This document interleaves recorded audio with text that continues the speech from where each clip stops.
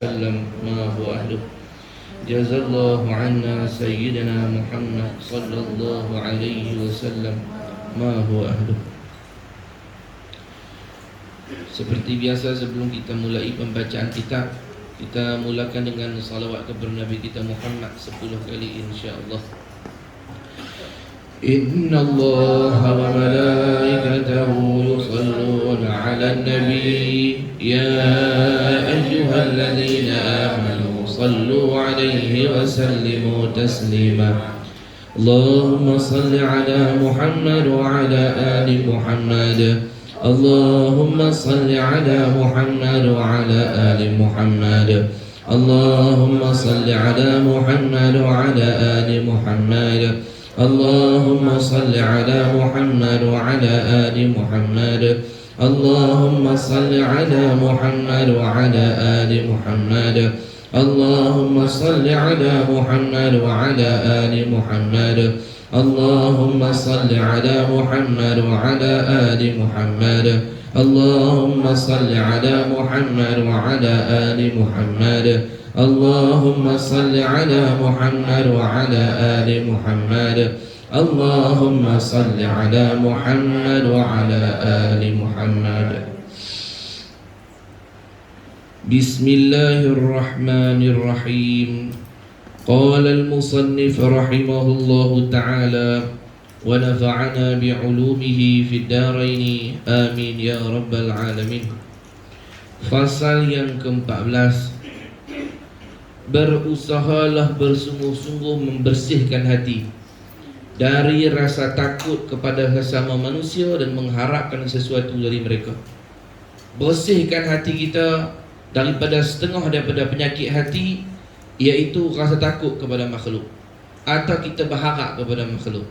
Sebab kedua-dua perasaan ini menyebabkan kita tak dapat menjalankan perintah agama dengan sempurna. Pasal apa yang tak mau pakai tudung ni? Kalau start saya pakai tudung, kawan-kawan akan tinggalkan. Takut kepada makhluk ataupun harap perhatian daripada mereka. Pasal apa yang tak mau mengaji? Kalau saya ikut pengajian ni lama-lama, geng-geng lama ada ikut saya ni, tak apa nak kenal duk dah. Tu. Siapa-siapa yang hidup dia cari redha manusia, nak lepas daripada murka depa atau cari redha depa, dia tak akan dapat melaksanakan perintah Allah dengan sempurna. Jadi dia kena bersih hati dia daripada berharap kat makhluk. Dia kena berharap ke Tuhan. Asal benda tu Tuhan redha buat, taatlah kepada Allah. Makhluk ni tak ada bekah tuan-tuan. Tak ada nak bagi bekah. Tak boleh bagi manfaat, tak boleh bagi mudarat. Tu akidah kita di Sunnah wal Jamaah. Kita mengaji kan, kita mengaji dulu sini, kita khatam sifat 20. Kita Misbahul Munir. Insya-Allah ada rezeki lepas ni kita khatam kita tauhid baru pula.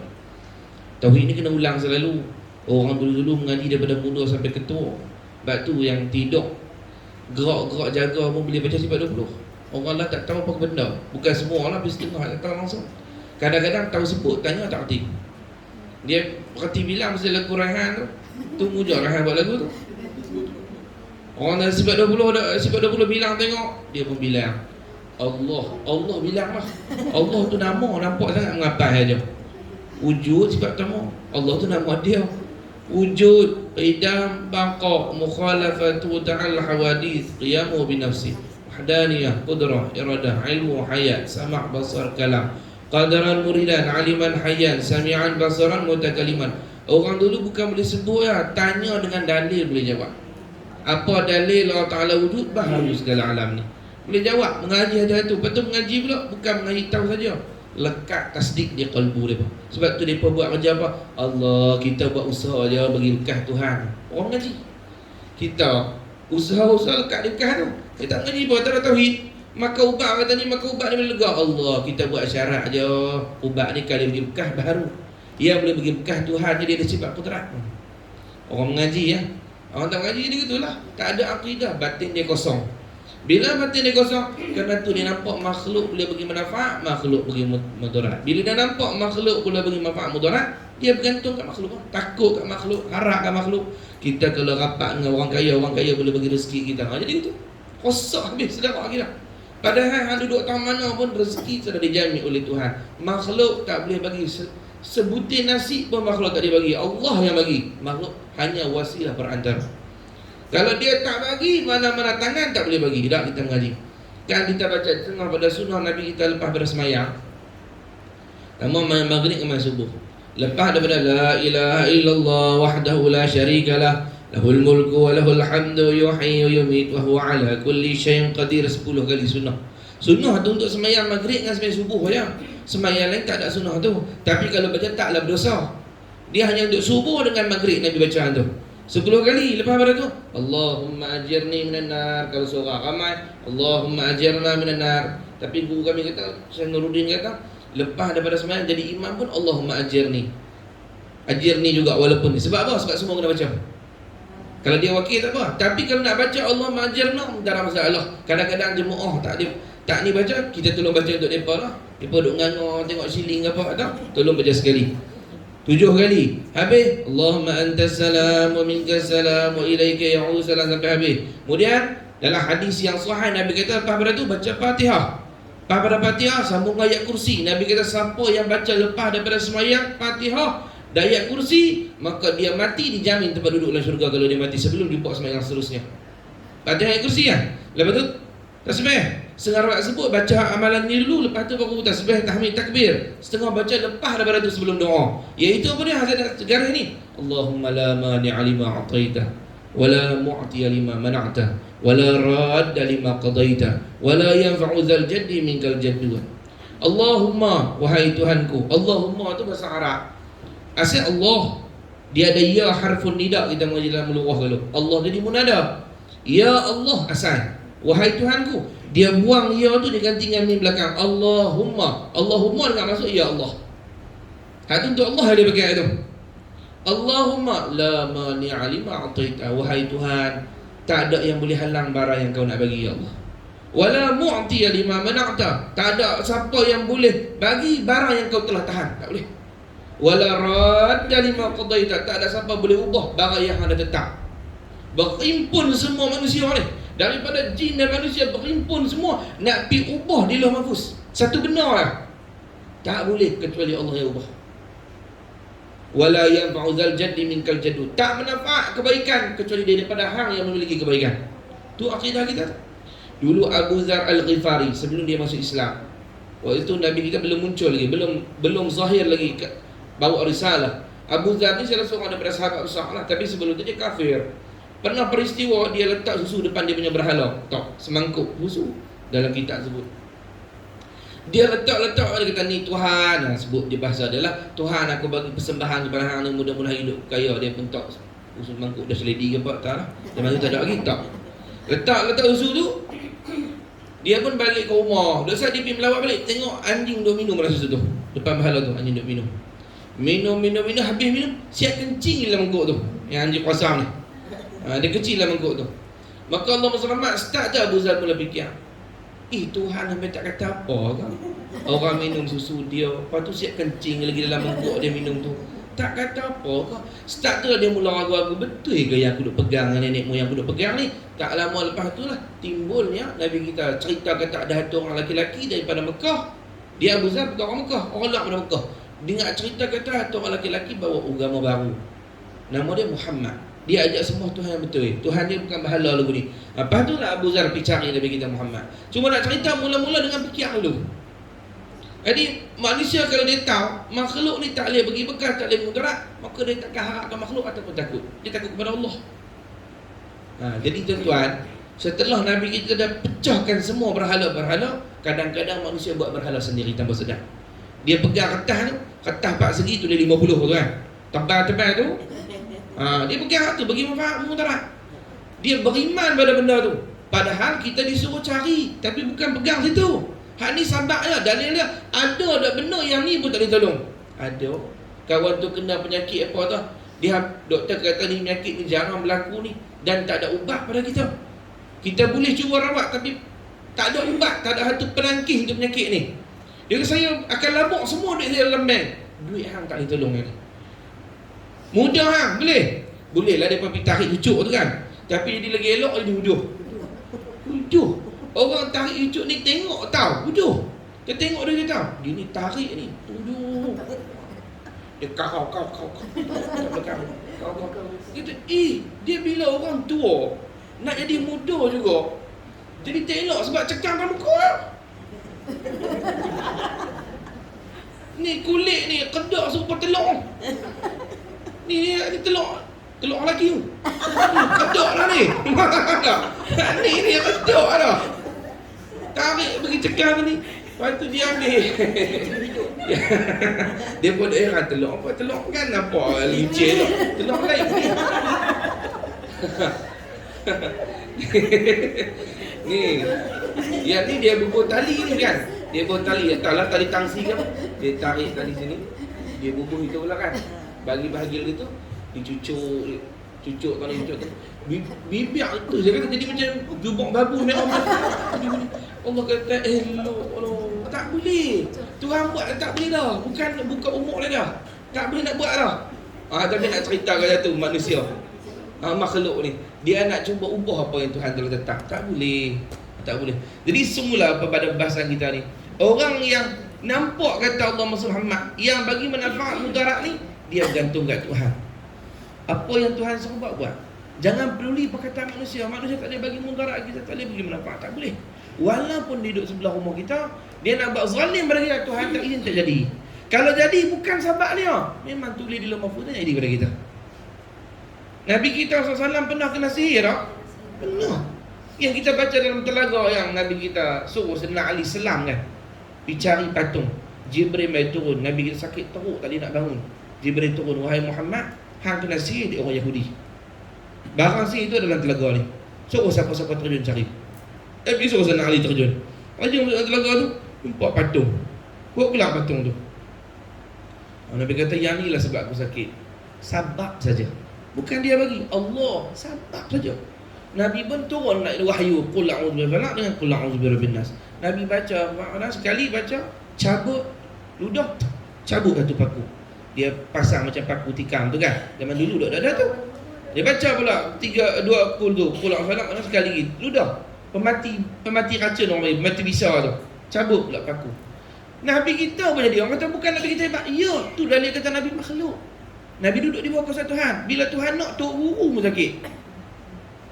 Doktor hak duk bagi betua tu pun sakit. Dia pun kena masuk hospital juga. Hak tak berumur tu pun kadang sakit.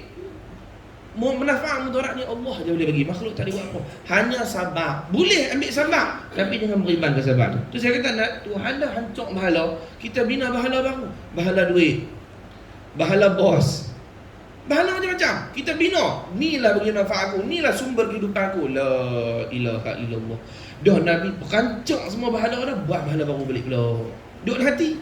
Mulut sebut Allahu Akbar, dalam hati nampak bahala. Na'udzubillah min zalik tu. Banyak orang bina berhala baru. Walaupun dia semayang duduk atas jadah, mata hati dia nampak makhluk. Jadilah syirik dalam hati. Kita panggil syirik apa? Syirik khafi. Syirik yang tersembunyi dalam kalbu kita. Na'udzubillah. Ingat tak? Jadi kalau orang tu dia bersihkan hati dia daripada takut kepada makhluk dan mengharap pada makhluk, dapatlah dia melaksanakan perintah Tuhan dengan sempurna. Sebab dia tak boleh pandang orang. Allah suruh kita buat. Allah suruh kita buat. Inilah punca orang akan berdiam diri ketika berlaku kebatilan dan agama dipersendakan. Bila takut kat makhluk, akhirnya orang akan diam, tak boleh tegur. Pasal apa tak boleh tegur? Takut pada mudarat makhluk buat. Habislah agama. Kalau semua penakut ni pakai agama, tak boleh tegur lah. Nak tegak. Sebab tu orang yang berjuang di jalan Tuhan ni, dia kena tawakal pada awal. Dia kata ustaz-ustaz tu ingat tak kena sihir ke? Bukan gaduh ahli perniagaan lah. Ahli perniagaan kena sihir pasal dengki lah. Ustaz nak sihir, saya tegur. Ustaz Mukti baru ni pun tu cakap lembut tu. Ustaz Mukti tu akhlak elok, bukan cakap lembut lah. Pun kena sihir. Pasal apa? Pasal orang tak suka ke dia tegur gini-gini, sihir lagu tu. Tok guru kita banyak. Sebab tu jadi tok guru ni, kalau di petani dia kata kalau nak buka pondok ni kena cekak semua ilmu pertahan diri, ilmu hikmah. Pasal di sana dia pun suka test. Datuk Cha amat, Usami amat. Kalau tengok orang buka pondok dia nak test tok guru ni betul mana ilmu dah, minta sihir lembut-lembut. Tu kadang tok guru tuling kau, mainan tiap hari duk hantar ni. Kawan bukan nak tengok tu je, banyak benda yang nak buat. Nak cerita kata Allahumma salli ala sayyidina Muhammad. Mudarat banyak duk jalan agama ni sebab tengok benda salah. Tengok benda salah. Tapi itu tugas. Mati tak apa, mati syahid. Orang yang betul-betul takut kat Tuhan ni, dia tak peduli lah tu. Mati syahid. Inilah punca orang akan berdiam diri ketika berlaku kebatilan dan agama dipersendakan. Mereka meninggalkan tugas dakwah untuk menyeru kepada kebaikan dan melarang kemungkaran. Habis dia bertinggal sebab takut dan nak manusia suka. Tuan-tuan, kalau start cakap agama, orang tak suka. Orang tak suka. Orang suka kita puji benda, semua dia buat kena. Kalau kita bercakap pasal agama, tegak, orang tak suka. Dia pakai terganggu hidup orang. Bercakap tentang agama ni. Tapi kalau kita nak redha Allah, buat kerja. Tapi bil hikmah, itu kena garis juga. Kadang-kadang orang tak suka bukan pasal apa, cara kita mengayak tu tak kena. Itu kena betul juga. Dia kira sasa dia ustaz, dia betul semua tu salah juga tu. Kadang-kadang kamu cakap tu menyakitkan hati orang tu salah kamu. Sebab itulah almarhum abah guru dulu pesan, kalau mengajar jumpa orang macam mana pun mesti minta ampun, minta redha walaupun kita ustaz. Kita bukan betul semua. Kadang-kadang kita cakap melawak tu, niat kita nak melawak tapi salah cakapan kita, orang terasa minta ampun, minta redha. Dia suruh anak murid minta ampun, minta redha. Dia ini guru tak mau minta ampun, minta redha, tak ada akhlak. Guru tak ada akhlak. Guru tak ada akhlak, anak murid tak ada akhlak juga lah. Teruk tu guru. Tengok, itu adab. Dan orang yang suka minta ampun, minta maaf ni tanda tawaduk. Hati dia merendah, dia tak rasa dia tu mulia. Sebab orang rasa mulia ni mana mau minta ampun. Hang kena minta ampun. Nampak macam dia cakap. Situ tahu dah. Hang kena minta ampun aku. Aku ni siapa? Hang siapa? Allah la ilaha illallah. Tu. Mereka meninggalkan tugas dakwah untuk menyeru kepada kebaikan dan melarang kemungkaran. Biarlah menjadi hina di mata manusia selain kekal mulia di sisi Sang Pencipta yang Maha Mulia. Tidak mengharap sesuatu selain dari Allah. Bila di sisi makhluk ni Tuhan, makhluk tak pandang, yang penting Tuhan. Tuan-tuan, berapa banyak di dunia kita ni orang tu tak dipandang pun, tapi nanti di akhirat duduk atas mimbar cahaya wali-wali besar. Wali-wali Allah ni ada dua jenis. Satu nama dia wali masyhur. Wali masyhur ni wali terkenal. Tutup guru pondok kita tu Habib Umar. Tu terkenal lah tu. Maula Amin apa semua tu kan. Wali-wali yang dikenali. Dia ada wali yang tak dikenali, nama dia wali mastur, wali tersembunyi. Ini berlambuk. Wali mastur dengan wali masyhur, wali mastur lagi ramai. Berlambuk, tak tahu kita. Tuan-tuan duk pi pasar malam ke, pi nak bagi-bagi beli ikan, kita bukan tahu tengah tu ada Datuk Wali jual ikan je. Kita pun tak tahu dia wali. Ikan ni nak abang, bukan ada nemtek. Ni wali mastur. Dia tak pakai tu. Wali tersembunyi. Tu tak bagi tersembunyi. Tersembunyi ni apa? Tak dikenali. Sampai tahap dikatakan wali mastur tersembunyi ni, dia meninggal pun dia minta doa kat Tuhan supaya tak dikenali. Ada satu orang tu, wali Allah yang masyhur, dia mimpi kata kubur ni bekas wali mastur, wali yang tersembunyi. Ke bumi lama dah lah.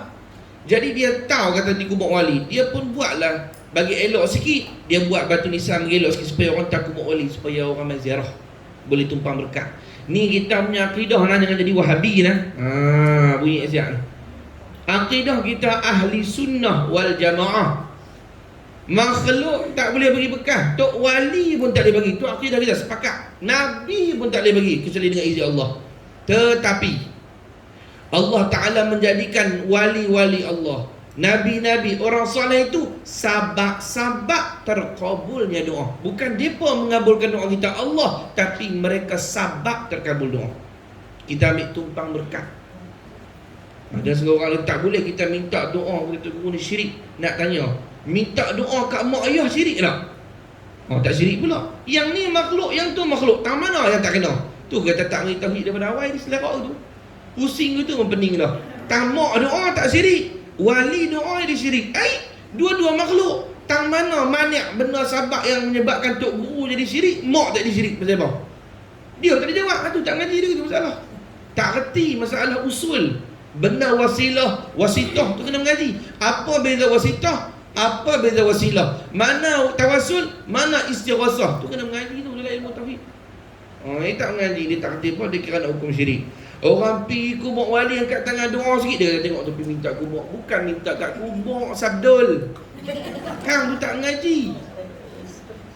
Bukan minta kubur. Kubur tu tak ada apa. Batu nisan ada jenazah wali dalam tu, tak ada apa. Habis tu pasal apa yang pergi doa itu? Kerana kubur wali sama keadaan berkat dia macam kita doa di tempat-tempat yang berkat yang lain. Tuan-tuan pasal apa pergi doa kat depan multazam? Minta ke Allah terus Multazam yang mengabulkan doa kita. Pasal apa doa lah Haji Ismail? Haji Ismail mengabulkan doa kita. Doa. Pasal apa yang mengabul doa? Baik, tempat tu bukan tempat tu mengabulkan doa, tempat tu berkat. Terangkat doa itu. Dia kata, saya tak boleh terima, dia kata. Pasal Kaabah ni rumah Allah. Nak tanya tuan-tuan, Kaabah ni siapa buat? Patut Allah buat tu rumah Allah. Pasal apa Nabi Ibrahim buat? Rumah Allah kita mengaji tu dia panggil isbat syarafi, isbat kemuliaan saja. Tasyarrufi untuk memuliakan. Rumah tu rumah yang dimuliakan Allah. Tu maksud dia. Bukan Allah duduk situ.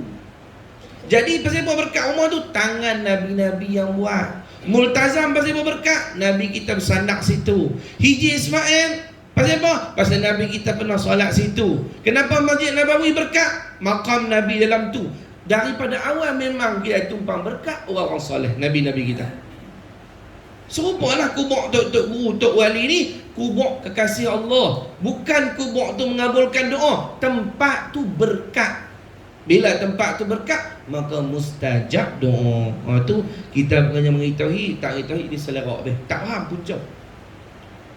Dia kata, Ustaz, kalau Raudah ni mustajab doa betul tak? Dia kata betul. Pasal apa kubur Tok Wali doa? Apa dalil dia? Dia tanya kita dalil. Macam hafal Sahih Bukhari, aku tanya Cuba hang jawab aku dulu. Sahih, hasan dengan dhaif tu ada berapa jenis? Sahih ada berapa jenis? Cuba abang aku. Yang pandai bahas sahih tu makna dia apa? Abang tu dulu. Sahih makna dia betul. Hasan tu buat saya mampu Dhaif maksud dia lemah. Bukan, tak kena. Bukan lagu tu. Ilmu mustalah hadis tu kena mengaji pula. Satu ilmu nama dia ilmu mustalah hadis. Kena mengaji matan balik kunyah. Baru tahu tu. Beza. Tu bahasa Arab. Bukan semua kalimah boleh terjemah ke Melayu terus. Saya salah faham. Hadis sahih makna dia hadis yang kuat dia punya rawi. Hadis hasan, hadis yang rawi dia kurang kuat sikit. Hadis dhaif, hadis yang lemah sedikit rawi dia. Bukan hadis tu palsu. Tak ngaji dia mau. Cakap tak ngaji dia selawat habis hadis. Ilmu hadis ni bukan boleh main petik-petik dalam YouTube. Kena ngaji tu kan. Berapa tahun pula ngaji ilmu hadis tu saja. Lepas tu hasan pula ada berapa jenis? Ada hasan li zati, ada hasan li ghairi. Ada sahih li zati, ada sahih li ghairi. Ada hadis tu dhaif tapi kemudian jadi hasan li ghairi. Tukar pula. Ada hadis tadlis, ada hadis mudallas, ada hadis maklub. Kena mengaji lah tu. Macam waktu ni orang mengaji. Lepas tu kena mengaji pula. Dalam hadis sahih tu ada hadis sahih ahadi, ada hadis sahih mutawatir. Oleh pula. Dia mau tak ngaji, dia mau bercakap. No? Kadang-kadang hadis tu dia dhaif rawi, matan dia betul. Tu nak mengaji pula. Matan dia tu betul tak matan. Bukan ma'at Tafiz An-Nawawi lah. Singkatan. Matan tu maksud dia punya teks tu betul. Cuma yang jadi dhaif pasal dalam perawi dia harawiat tu ada seorang tu dia kadang-kadang terlupa. Bila dia terlupa sikit hadis tu daripada hasan boleh tukar jadi dhaif. Bukan pasal hadis tu palsu. Tukang perawi tu salah seorang dia tu ada pernah terlupa sikit. Bila terlupa, ulama letak dhaif pasal apa?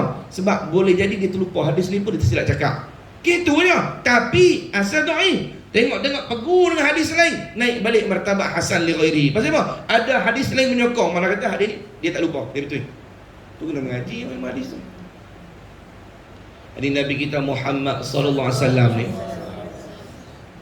Pernah ada ketika Allah Muhammad Nabi tak bagi sahabat minum. Waktu Nabi musafir ramai-ramai, Nabi tak bagi sahabat minum di satu tempat. Waktu tu sahabat berhenti rehat. Dia berkata, ya Rasulullah, boleh tak kami minum dan bagi unta-unta kami minum? Sebab itu ada lompat-lompat besar. Nabi jangan. Pasal apa? Ini tempat dulu kaum Samud. Hadis dulu ni tempat kaum Samud. Dan kaum Samud ni dilaknat oleh Tuhan. Dulu tuan-tuan ingat peristiwa kaum Samud ni dia apa? Malaikat Jibril turun pekik, Jokah mati semua. Bapa Soleh cerita kaum Samud ni dulu kan yang kaum Samud ni puak mana? Puak Nabi mana? Nabi Soleh yang peristiwa dia mau bunuh unta Nabi Soleh tu. Bila dia bunuh unta Nabi Soleh, Tuhan kata jangan kacau unta ni. Dia bunuh ke unta tu. Start pada tu, depa tidur, malam esok Abu Salah kata bangkit muka dia kuning. Muka dia kuning habis Abu Salah kata, saya ingat Tidur pula, bangkit esok muka dia biru. Biru dah. Tukar dah, biru. Tidur pula, esok bangkit muka dia hitam. Jadi bertukar kuih hitam. Tidur, duduk tengah tidur tu lah Malaikat Israel turun, Malaikat Jibril turun pakai dengan tepikan yang kuat. Habis mati beh. Mati bangunan untuk seorang malaikat besar mana dah. Mati beh. Nabi lalu tempat tu. Hadis sahih kita buka dalam tafsir Ibn Katsir dia cerita. Lalu kemudian Nabi kata apa? Bila sahabat minta, boleh tak kami bagi minum unta di sini dan kami tumpah minum pada lopok-lopok telaga di sini. Jangan, Nabi kata. Jangan, Nabi kata. Pasal apa? Sesungguhnya Nabi kata, aku masih melihat kesan-kesan laknat dan murka Tuhan pada bekas-bekas air sini. Jangan minum, nanti kena penyakit di hangpa. Tu dalil kata ulama, benda tak elok Tuhan marah dulu tempat tu sampai keluar ada kesan. Maka ulama kias, kalau yang tak elok ada kesan, walaupun puak tu dah mati, maka begitu juga baik pun ada kesan walaupun tok wali tu dah mati. Tu dalil dia. Maka kubur wali, kita pergi masjid tu penuh digunakan oleh tok wali tu. Kita contoh, kita pergi sembahyang singgah masjid tok kenali. Masjid tu tok kenali imam tu, tapi tumpah mayang itu ada berkat dia. Mana anu ngaji tu Allahumma salli ala sayyidina Muhammad. Al-Imam As-Subki, Imam Tajuddin Subki disebut dalam kitab. Dia pergi tempat Imam Nawawi rahimahullah taala. Dia tanya, "Tak mana tempat dulu Imam Nawawi mengajar?" Mana ni dengar? Dengar. Tanya tak mana tempat mana? Mengajar bawah. Mengajar kat lantai kapek kita kata lah kan. Tak mana tempat ni nak? Babak atas sini tempat Imam Nawawi mengajar. Imam As-Subki turun ke tempat tu, pergi tempat tu, dia tengih muka dia tempat tu. Dia kata berkat tempat Imam Nawawi nak mengajar berkat. Ni ulama besar ni tak Imam As-Subki. Imam Tajuddin As-Subki, siapa tak kenal? Ulama besar ni. Bukan untuk guru biasa, bukan ustaz biasa ni. Ulama besar. Dia tak muka di tempat tu. Pasal apa? Karena kata dia pada tempat ini ada barakahnya.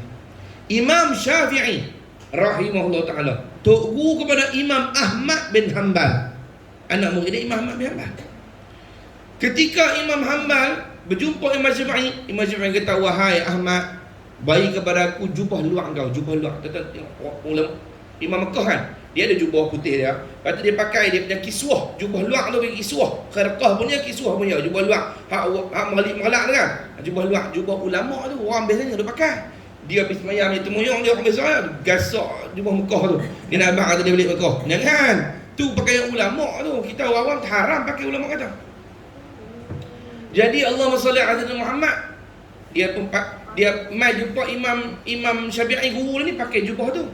Imam Syafi'i kata, "Wahai Ahmad, boleh tak aku nak minta izin sebelum daripada hang balik bagi sagu hatiku. Aku nak minta kiswah hang." Jubah luar tu Imam Syafi'i kata. Imam Syafi'i minta kepada Imam Ahmad bin Hanbal, Imam Hanbali. Maka dibukalah jubah luar itu bagi Imam Syafi'i. Apa Imam Syafi'i buat? Dia ambil jubah luar tu. Bila ada orang sakit, dia ambil jubah tu, dia celup dalam bekas dalam air, dia ambil air tu, dia kata minum. Dan minum dan sembuh berapa ramai orang daripada bekas jubah yang dipakai oleh Imam Ahmad bin Hanbal. Ni Imam Syafi'i buat ni. Imam Syafi'i syiriknya bid'ah, khurafat. Berani yang kata kepada Imam Syafi'i begitu. Siapa boleh sampai martabat Imam Syafi'i mustahil mutlak zaman kita ni? Tak ada. Itu sebab tu kena mengaji. Bila tak mengaji, cepat terikut ajaran-ajaran yang menyimpang daripada ahli sunnah wal jamaah. Tuan-tuan, saya sebutlah di sini sambil-sambil. Agama ni dibina bersanad. Siapa-siapa yang tak ada sanad ketika mengajar, daripada mana hang dapat? Maka raguilah keilmuan dia. Dan ahli sunnah wal jamaah terkenal mereka mengaji bersanad. Boleh sebut sanad seorang-seorang sampai Rasulullah. Almarhum Tuan Guru Saleh, dia boleh habaq, aku mengaji usul daripada pada mengaji yang guru ni sampai kepada Imam Abil Hasan Asy'ari. Imam Abil Hasan Asy'ari dia boleh sebut pula sanad Imam Abil Hasan, ambil sampai kepada moyang dia Abu Musa Asy'ari. Abu Musa Asy'ari siapa dia? Sahabat Nabi kita yang Nabi tumpah rumah dia waktu hijrah. Abu Musa Asy'ari yang yakin ni daripada Rasulullah sallallahu alaihi wasallam. Ada sanad. Demo ni baca hadis tak ada sanad. Main terjemah sendiri. Syirik, khurafat, bid'ah. Tu pasal apa tu? Bukan ada guru. Depa mengaji kalau tanya sanad tak boleh buka sanad. Ambil daripada mana? Kalau hang tak boleh habaq, mana kata agama yang hang bawa ni yang kata bid'ah syirik ni. Hang bukan ambil daripada Nabi ni. Hang faham sendiri daripada hadis yang hang baca dengan kepala otak hang. Yang ni lah masalah. Agama berdiri dengan sanad, ada sandarannya. Laulal isnad laqala man syaa ma syaa. Kalau tak ada sanad, tiap-tiap orang boleh bercakap apa dia nak cakap. Senang. Aku rasa berdasarkan hadis ni, aku rasa lingkup. Baca ayat Quran, kalau setengah orang usrahan, dia baca ayat Quran buat terjemah sendiri. Haram hukum dia. Mesti kena tahu tafsir dia daripada guru-guru sampai pada Rasulullah. Sebab Quran ni turun ke siapa? Ke Nabi. Nabi yang tahu makna dia. Nabi habaq ke sahabat. Sahabat habaq kepada tabi'in. Tabi'in ajak kepada tabi'in. Turun sampai kepada guru kita. Tak ada salah. Kamu ambil pada mana salah Quran ni? Kamu terjemah ni ambil pada mana? Man fassara al-Quran bi ra'yihi falyatabawwa maq'adahu minan nar. Siapa-siapa terjemah Quran dengan pendapat dia sendiri, Nabi kata ambillah tempat duduk dalam neraka. Oh, tak ada terjemah sendiri. Hadis pun lagu tu. Pasal apa? Pasal bila terjemah sendiri, kalau salah daripada makna, hampir beramai atau orang yang beramai kena laknat Tuhan. Tidak? Tu. Saya cerita sikit nak beritahu kata, agama kita ini ada sanad, ada sistem, ada disiplin dia. Mesti mengaji dengan guru yang ada sanad sampai kepada Rasulullah sallallahu alaihi wasallam. Tu kalau mengaji kita bisa mengaji kita. Tok guru ataupun habib-habib syekh-syekh, dia mau lepas belah kata kita depa ke habaq.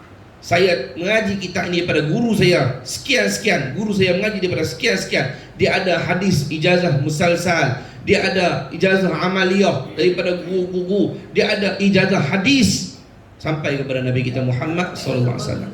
Itu kena mengaji tu. Nah, jadi semula yang saya nak sebut sini masalah apa? Masalah tabarruk, mengambil berkat orang soleh tu ada dalam agama? Ada. Ada sandaran? Ada. Ada ayat Quran? Ada. Ada hadis? Ada. Kita buka dalam Quran. Nabi Zakaria alaihissalam sama macam Nabi Ibrahim, kahwin bertahun-tahun tak dapat anak. Mandul katanya. Tak dapat anak, isterinya mandul, tak dapat anak. Sampai ke umur tua renta tak dapat anak. Nabi Zakaria ni siapa dia? Pak menakan kepada Sayyidatina Maryam radhiyallahu anha. Mak kepada Nabi apa? Nak sebut Musa apa? Nabi Isa. Dia orang tahu tentang sirah. Sayyidatina Maryam ni mak kepada Nabi Isa. Sayyidatina Maryam ni darah tak disentuh oleh lelaki-lelaki. Walam yamsasni bashar, aku tak sentuh oleh mana-mana lelaki-lelaki. Tapi Allah Ta'ala tiupkan roh dalam perut Sayyidatina Maryam mengandung Nabi Isa tanpa perantaraan lelaki-lelaki. Itu kuasa Tuhan. Allah Ta'ala Maha berkuasa. Maka Allah SWT, Sayyidatina Maryam dulu dalam bilik itu dia dijadikan Maryam bahasa Suryani. Maksud dia amatullah, hamba perempuan Allah. Dia mengabdi diri, bubuh dalam bilik. Bilik tu katanya ada 7 pintu, punya duduk dalam bilik dalam. Tak sentuh lelaki-lelaki mana. Ibadah kat Tuhan. Sebab mak air nazar dah. Kalau dapat anak, dia pasal anak lelaki. Ali Imran, baca surah Ali Imran tu, cerita keluarga Maryam tu. Dia nak lelaki tak dapat, tak apa, anak perempuan. Dia nazar nak bagi anak ni jadi seorang yang mengabdi diri Tuhan. Tertib, duduk ibadah lah. Maka bubuh hantar kepada Nabi Zakaria, suruh Nabi Zakaria didik. Dan Nabi ayah dia bukan Nabi. Nabi Zakaria pak menakan dia didik. Duduk dalam bilik ibadah. Ibadah bila Nabi Zakaria masuk dalam bilik tu, tengok atas dia ada dulang, ada buah. Padahal bilik tu kunci. Dan buah yang ada pula bukan buah musim dia. Kita katalah bukan musim. Janganlah durian, warak. Saya buat misal je. Bukan musim durian, ada durian. Bukan musim manggis, ada manggis. Kita kata, memang kena warak lah saya cerita. Ada ma'idah, hidangan. Heran. Dia kata, ni mai daripada mana? Maryam kata, qalat huwa min indillah. Ni daripada Allah. Inna Allah yarzuqu man yasha'u bighairi hisab. Sesungguhnya Allah, kalau dia nak bagi, dia bagi tak boleh nak hitung. Sayyidatina Maryam jawab. Tu dia kata wali Allah Ta'ala ada, dia pandai jawab, dia reti. Bila lagu tuan-tuan, Nabi Zakaria tahu anak menakan dia ni wali perempuan, waliyah kita panggil, wali perempuan dia orang taat. Jadi bila Sayyidatina Maryam keluar daripada bilik untuk pergi mandi ke apa, Nabi Zakaria masuk dalam bilik tu, dia duduk di tempat Sayyidatina Maryam tu sembahyang, dia angkat tangan. Tengok dia Nabi ni. Hak ni wali dengan Nabi mana tinggi dia? Nabi. Tapi tengok Nabi Zakaria pun tumpang berkat Sayyidatina Maryam. Itu isyarat adalah agama gaya tumpang berkat. Nabi pun kalau salah Nabi takkan buat. Nabi tak mungkin berbuat maksiat. Nabi duduk tempat tu angkat tangan. Ya Allah, berkat Maryam berilah kepada aku anak. Lepas daripada itulah Nabi Zakaria dapat anak. Jadi mengaji dengan guru yang betul, dengan sanad yang betul, dengan aliran yang betul Ahli Sunnah wal Jamaah. Jangan duk terikut Wahabi. Entah ingat anak ni, balu ni pasal ikut Wahabi. Elok. No? Tambak di pokok lepas kau. Yang jadi Wahabi. Kacau bila habis lagi. Aku tengah-tengah buat maulid, dia dakah bid'ah mampu dia buat dah buat ni. Tuan-tuan tahu dulu, sebelum saya cerita kan lagi beringatlah, sebab aliran ni banyak lah ni duk merembok muatar ni, langkawi kita pun dah masuk dah tu. Saya sebut tu majlis kita masuk dah. Duk masuk muatar ni. Nak? Surau tsunami masuk dah. Ingatlah, ni kalau masuk dia berselerak apa ni? Tuan Wahyu Sopi dulu kan. Dulu mengajak majlis Yoi. Lepas Wahabi masuk, tendang Tuan Sopi. Tak masuk dah majlis Yoi. Jahat. Depa ni kalau masuk lingkup habis. Dengar baik-baik lah. Saya cerita sejarah ni bagi faham. Dulu Mekah ni, Bapa Soleh cerita, zaman dulu Mekah ni kubu kuat Ahli Sunnah wal Jamaah. Dulu kalau maulid, Mekah buat besar-besaran sambutan maulid. Besar. Dikatakan khalifah, nama dia Syarif Hussein. Bapa Soleh kata, Syarif Hussein tu pemerintah lah sebelum habis Ahli Sunnah diganti oleh Wahabi jaga Mekah, Madinah. Syarif Hussein zaman tu Bapa Soleh kata, dia buat kenduri maulid besar-besaran. 7 hari 7 malam. Dijemput ulama-ulama daripada Jordan, Syria, Yaman, berimpun, buat jamu, diberi hadiah, pakai jubah yang cantik. Dan tiap-tiap hari ada ceramah. Tok Guru ni cakap, Sagi Syekh ni cakap, Sagi Syekh ni cakap. Dulu asal. Kemudian pada zaman Syekh Saman Al-Malani, Syekh Saman, Syekh Arsyad Al-Banjari, Syekh Abdul Wahab Bugis, Syekh Abdul Samad Palimani, sama mereka ni. Pak sekawan, sama-sama mengaji dengan Syekh Muhammad Amin Al-Kurdi. Syekh Muhammad Amin Al-Kurdi satu guru yang besar, mufti mazhab Syafi'i pada zaman tu. Empat orang ni mengaji. Salah seorang daripada anak murid kepada Syekh Muhammad Amin Al-Kurdi ni, lain daripada Syekh Saman semua ni, ialah Muhammad bin Abdul Wahab, pendiri mazhab Wahabi tu. Dia pun asal ngaji dengan Tok Wali Sunnah. Kemudian dia buat kepala otak sendiri. Dia kata kita duk pi kata minta depan makam ni semua syirik. Dia kata, ya aku mengaji ni ada sanad daripada guru-guru sampai Rasulullah. Kamu ni fikir sendiri. Dia kata, tak. Semua yang kita buat syirik, kita kena ubah. Dialah yang mulakan ajaran Wahabi. Tu saya nak cerita lagi faham ni, lagi tak kerti sejarah tu ikut orang. Dialah yang mula-mula. Kemudian dia keluar daripada guru dia, dia bina mazhab sendiri. Salafi dia pun nama. Kita lah yang ikut Nabi dulu. Nabi tak buat benda syirik ni nampak. Jahat. Dia buat keluar pemikiran sendiri yang sebenarnya ada sanad dah. Pemikiran Ahli Sunnah ni ada sanad dah. Dia buat rekod sendiri. Dan tuan-tuan, lama-lama dia makin ekstrim. Dia buat keluar fatwa-fatwa yang melampau. Dialah yang bertanggungjawab meruntuhkan rumah-rumah isteri Nabi Muhammad. Dia peruntuh. Sebab syirik dia kata. Sekali orang ambil berkat. Peruntuh. Habis rumah-rumah isteri Nabi. Sampai rumah Sayyidah Khadijah, dia buat jamban. Tu jahat tu. Dan tuan-tuan, kalau dibakar dulu, kubur anak-anak Rasulullah ni, Sayyidah Fatimah ada mimbar sendiri, ada kubur dia untuk dia tahu. Ada. Lalu tetapi bakar ada tak? Habis dia peruntuh. Ni ajaran Wahabi yang start. Dan yang lagi teruk tuan, dia nak kuasai Mekah supaya dia menang, dia boleh sebab ajaran dia. Dia minta tolong berhenti. Tuan-tuan buka dalam tarikh Wahabi. Dalam kitab Fitnatul Wahabiyah, Syekh Ahmad Ghani dalam cerita, dalam kitab Durratus Saniyah, Firrad ala Wahabiyah pun cerita, Syekh Ahmad Ghani dalam cerita sejarah Mekah. Dia mufti Mekah zaman tu, sebelum berlaku peristiwa tu. Dia cerita macam mana Mekah ni asal Ahli Sunnah boleh tukar jadi Wahabi. Jahatnya Muhammad bin Wahab ni, dia nak menang, dia nak gulingkan Syarif Hussein tu. Dia buat apa? Dia minta tolong British. Dia jahat. Kita tengok daripada awal tahu lah. British masuk, dia bunuh Syarif Hussein ni. Ni pemerintah kita hak asal ni nak menjaga Mekah, dia bunuh Syarif Hussein. Dia bunuh Syarif Hussein dan dia bunuh ulama-ulama Ahli Sunnah kita hari tu berlambak. Dan kepala-kepala mereka digantung di dinding-dinding Kaabah. Di pintu-pintu gerbang Kaabah, kepala tu tunggu kita gantung habis. Jahatnya Wahabi. Dia kata apa? Kita boleh bunuh halal sebab ajak orang syirik. Dia tuduh ulama-ulama syirik. Start tu lah Mekah dan Madinah beralih daripada Turki Uthmaniyah, daripada bawah pemerintahan Islam Ahli Sunnah Jamaah kepada Wahabi. Dan disebut oleh ulama Wahabi, dia kuasai tempat mana pun, orang yang tak sealiran dengan dia akan dihukum sesat dan hujungnya halal darah, boleh bunuh. Hati-hatilah tuan-tuan, jangan duk buat terbukok tak tahu halal mengaji lah. Supaya tahu, kalau tidak pasti pun ulama-ulama kita karang kitab berlamuk-lamuk rock Wahabi, cerita kejahatan mereka dan fatwa mereka sesat. Adakah ulama sahaja karang kitab berlamuk-lamuk tak boleh buka? Kerana mereka dah tahu jahat Wahabi, kita tak tahu apa, kita baru. Mereka dah hidup lama, ulama-ulama, mereka dah bagi tahu jahatnya Wahabi. Tuan-tuan buka fatwa-fatwa Wahabi tentang Nabi kita. Tuan-tuan, dulu hampir-hampir kubur Nabi kita diruntuh. Fatwa dia tuan-tuan buka ni.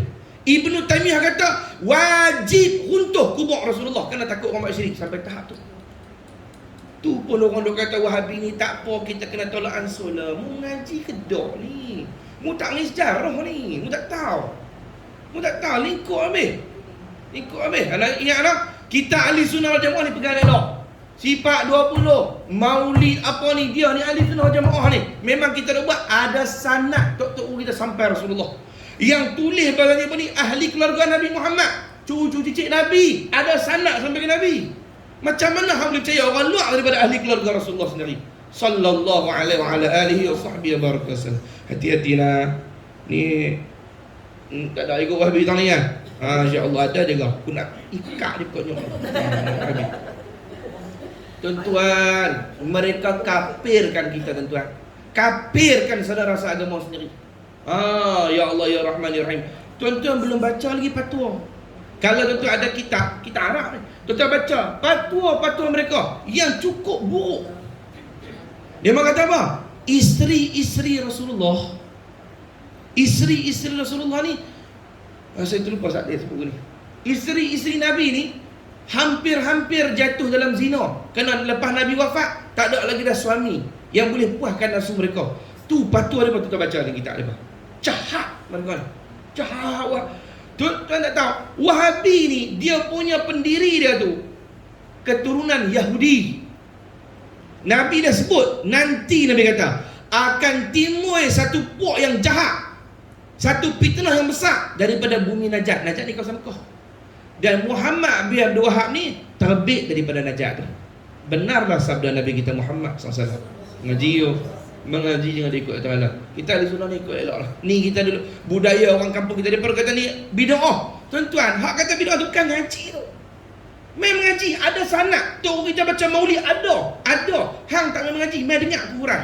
Ada hadis, ada ayat Quran. Tuan-tuan baca Yasin malam Jumaat, ada hadis. Tapi Wahabi ni jahat dia. Bila kita kata ada hadis, dan dia kata hadis tu dhaif, tu jahat. Orang kampung ni tak mengaji, dia dengar kata hadis dhaif. Tu hadis dhaif, hadis palsu. Padahal hadis tu sahih, depa yang dhaifkan, tu jahat. Ada hadis tentang sahih, padam hadis tu, bubuh hadis dhaif, dah hadis dhaif. Bila tak kena dengan depa, dan dah hadis dhaif, tu jahat. Aku tak boleh ngomong pasal ni rambah. Jangan ikutlah. Jangan ikut ulama-ulama kita ni buat kena dah elok dah, ada marhaban, ada berandoi, itu semua elok. Puji Nabi, cerita pasal Nabi, salawat kat Nabi. Lah ni apa beda? Bid'ah tinggal habis pom tak ada. Kampung mana ada lagi marhaban berandoi? Tak apa dah. Tak tahu apa dah, nak baca Bizanti Yakti dah, nak baca burdah pun tak apa dah. Orang kampung ni perdah. Perdah, tak apa dah arti dah. Maulaya sa' kan? Tak apa arti dah kan? Habis bila dia buang. Apa ni? Bandoi. Apa dah ni marhaban? Ada pada viral apa ni? Aduh, selamat pengantin baru kami ucapkan kan. Dia kan orang tua dia satu trend kan. Cantik sungguh. Apa ni? Muda bestari. Kedua pasangan suami isteri kan, ada lagu tu letak dah kan. Aku tak bohong, aku tak hina, aku ajuk saja. Dia letak lagu tu, dia letak pada pasiak kan, sama kan. Tapi mana ada dah.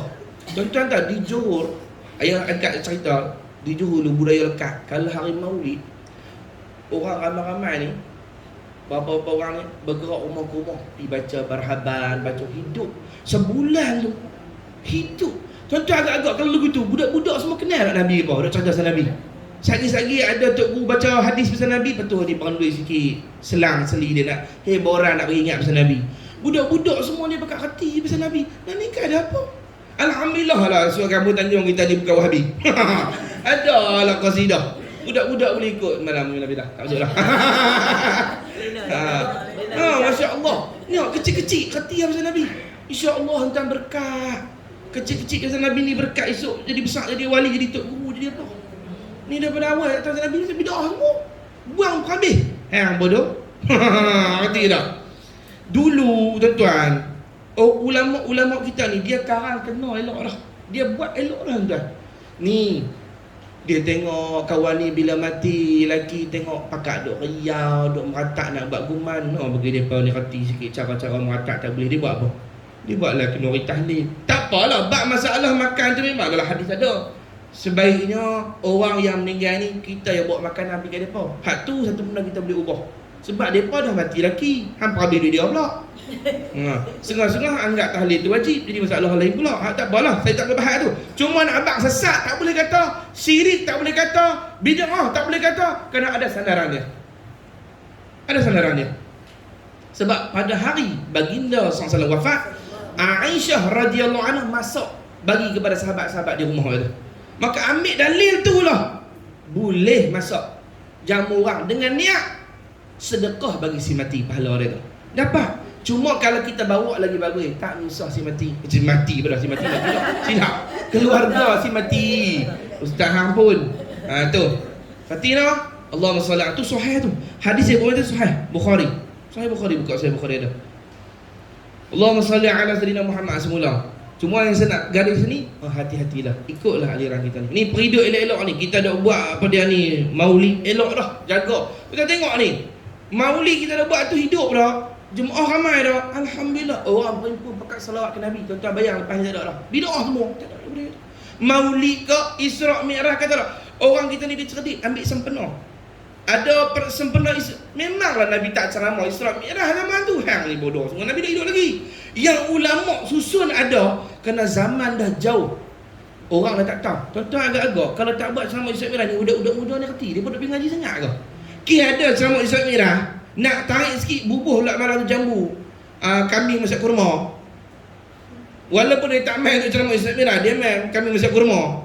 Tapi dia sebab tu dia dengar juga pasal Nabi. Tahu juga. Main sempena Isra' Mi'raj, tok-tok dia susun ceramah Isra' Mi'raj. Cerita macam mana Nabi naik ke langit turun balik. Baru orang tahu. Budak-budak kan ngaji tak apa. Makcik-makcik ni semua rajin mengaji. Hak orang muda ni bukan dia mau ngaji. Lepas tu pula sampai maulid, cerita maulid. Sampai pula nuzul Quran, buat ceramah cerita nuzul Quran pula. Bagi orang faham tak agama kita ni. Bagi orang dekat dengan Nabi sallallahu alaihi wasallam. Semula. Jadi Allah SWT hati-hati dengan aliran ni. Boleh kita menumpang berkat orang salih, para awliya Allah Ta'ala. Menumpang bukan ambil berkat. Berkat daripada Allah, tumpang. Macam ni, tumpang macam ni. Satu orang, bila Tuhan kasih ke dia, saya bagi misal lah, ni bukan orang, contoh lah, Tuhan kasih ke dia ni. Bila Tuhan kasih ke dia, ulama kata kaedah cinta ni, mahabbah ni, bila Tuhan kasih ke satu benda, ke satu orang, apa yang kait benda tu semua Tuhan sayang. Baju dia, kasut dia, anak dia, isteri dia, rumah dia, kampung dia, benda-benda dia pegang, tasbih dia, minyak atar dia, semua Tuhan sayang. Yang tu lagi kita ambil berkat. Ambil berkat apa? Tumpang dekat dengan Tok Guru tu, supaya kita pun dapat tempiah sayang Tuhan tu. Tu maksud berkat. Tuhan sayang. Pondok Tok Guru duk ngajak, Tuhan sayang ke Tok Guru tu, tempat dia pun Tuhan berkati kat Tuhan sayang. Maka orang yang tumpang piduk pun dapat berkat. Lepas tu Allahumma salli Muhammad. Kalau tuan-tuan pergi Mekah Madinah, kita tak tahu Nabi pijak tahun mana, tapi tentu Nabi pijak Mekah. Sebab Nabi berjalan hidup di Madinah tu berapa tahun. Dia niat, ya Allah, aku tumpang berkat Nabi SAW di sini. Aku pijak tempat yang pernah dipijak Nabi. Aku sentuh tempat yang pernah sentuh Nabi. Aku semayang di tempat yang disemayang oleh Nabi. Maka tu ambil berkat. Nabi disayang oleh Tuhan. Kita tumpang tempat tu, kita pun mudah-mudahan disayang oleh Allah Ta'ala juga. Itu maksudnya. Nah, Tina. Ni Allah SWT. Saya bagi dalil tadi kan. Yang Nabi lintah di pot samuk tu kan. Tu tidak. Semula sambung balik dia kata, jika seseorang dihadiahkan sesuatu oleh saudara muslimnya dengan cara yang baik, ambillah pemberian itu sekadar yang diperlukan. Kalau sekiranya orang hadiah kita, contoh kita buat kerja agama, ni kena contoh, dia mengajak kita, mengajak Quran, mengajak apa pi tahlil, orang suruh jadi kepala tahlil ke apa dia lah. Lepas tu orang suruh sagu hati, nak tanya orang ni boleh tak boleh ambil. Ni ulama kita abang. Jika seseorang dia hadiahkan sesuatu oleh saudara muslimnya dengan cara yang baik, ambillah pemberian itu sekadar yang diperlukan. Yakni jangan serakah bila dibagi. Setengah ulama-ulama kita, kalau dia tengok keluarga yang bagi sedekah susah, contoh dia pergi, kawan tu minta pergi buat tahnik, pergi minta buat tahlil rumah kawan tu, tengok susah, tuan-tuan kita ni celek mata hati dia. Dia ambil, orang tu sedekah, dia ambil, tok guru kita ambil dulu pasal apa? Raih hati orang, besar hati dia nak bagi tok guru tu ambil kan. Dia pun ambil.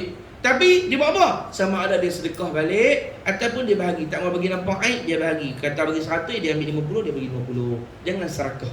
Itu ada, no?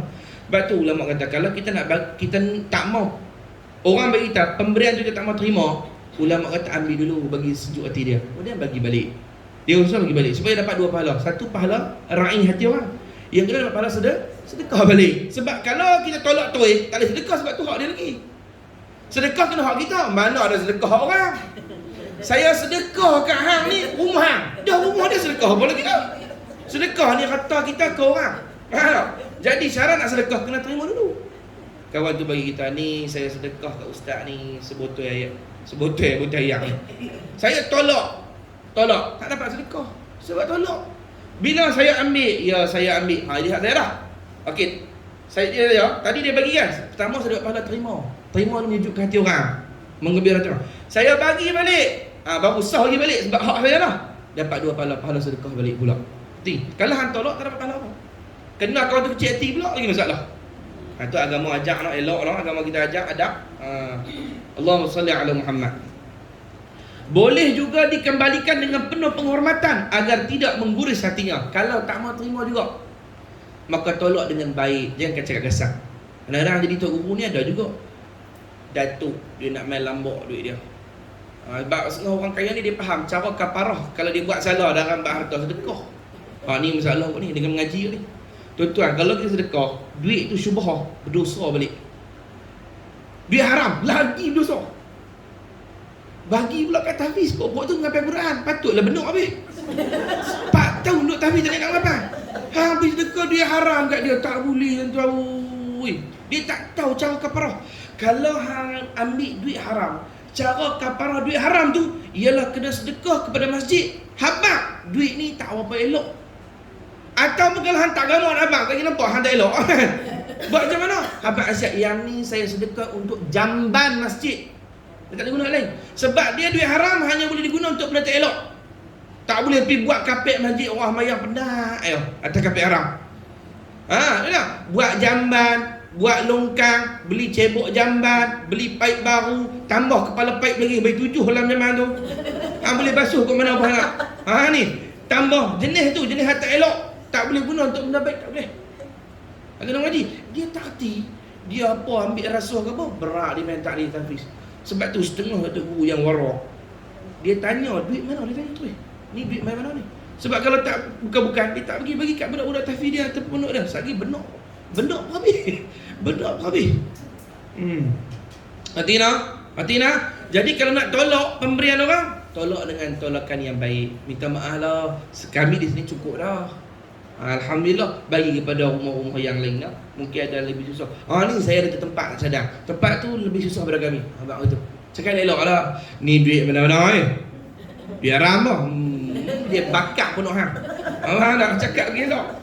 Tidak, tolak baik. Sebab jaga jaga maruah ni. Agama suruh. Tuan-tuan, sampai tak tegur orang pun tak boleh bagi pemalu. Tak boleh, walaupun benda tu betul. Tak boleh, agama aja. Bahkan Imam Syafi'i kata, siapa yang tegur engkau dalam kesunyian, maka dia berniat baik kepada hang. Tapi jika dia menegur hang di depan orang ramai, maksudnya dia sebut nama, dia mengaibkan hang. Itu bukan cara tegur orang. Sebab tu hatta agama ajar.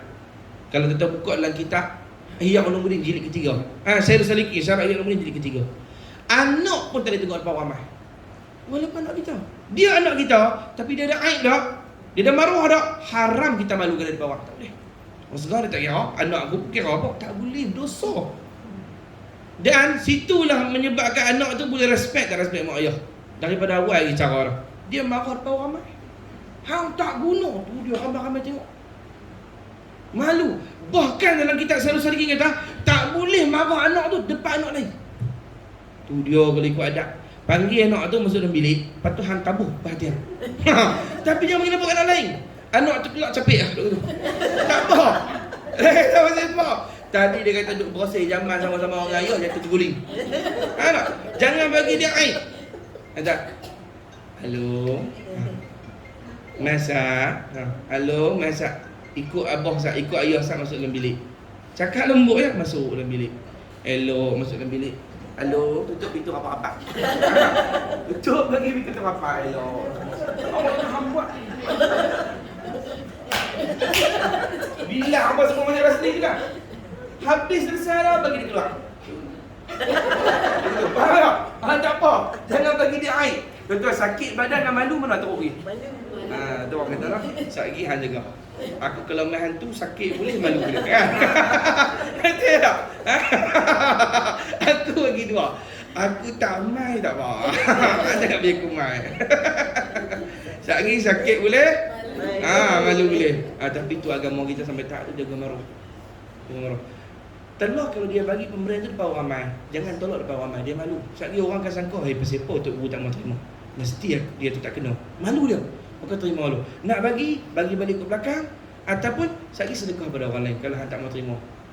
Tu agama ajak kita memelihara maruah orang muslim sangatlah dituntut. Dia dan ia amat bernilai di sisi Allah. Kita jaga maruah orang tuan. Tuan duduk diam kan. Duduk diam tak kata apa pun. Boleh dapat pahala wajib. Ulama kata di akhir zaman ni, diam seorang, diam dalam rumah ke, diam dalam telefon, tak cakap, tak komen ke, tak dihukumkan dia harus lagi dah. Kita pakai pahala wajib untuk mereka. Pasal apa? Zaman ni zaman fitnah. Dengan kamu diam pun kamu dikira meninggalkan membuka aib saudara kamu. Pahala wajib. Diam kamu tu dikira tak memfitnah. Diam kamu tu dikira tak mengumpat. Diam kamu tu dikira Allahumma salli ala Muhammad tidak bergaduh. Diam kamu tu dikira Allahumma salli ala Muhammad. Apa pula? Benda-benda wajib, diamlah. Jadi tuan-tuan duduk diam dalam rumah. Diam, tak buat apa. Pahala wajib. Wajib dengan sunat mana besar pahalanya? Jadi tuan-tuan sembahyang sunat rajin. Allahu Akbar. Sekali lagi Allah Akbar, mulut tak diam. Lepas daripada sembahyang, lepas apa lagi mengumpat orang. Tu dosa besar. Sembahyang sunat ni sunat aja. Hak tu wajib dia. Lebih baik orang tak sembahyang sunat banyak, tapi dia mulut dia dah berbicara baik aib orang ni, tu pahala wajib. Tapi bukan maksudnya hak sembahyang sunat pergi berhenti pula. Hak dah sembahyang sunat memang tentu dia diam. Takkan sambil sembahyang dia cakap semua. Tidak, sembahyang tu diam. Jadi kalau kita puasa lagu diam, tak boleh duduk diam sembahyang. Dia tak duduk diam. Saya kalau duduk seorang, saya nak cakap juga dengan dinding saya kata.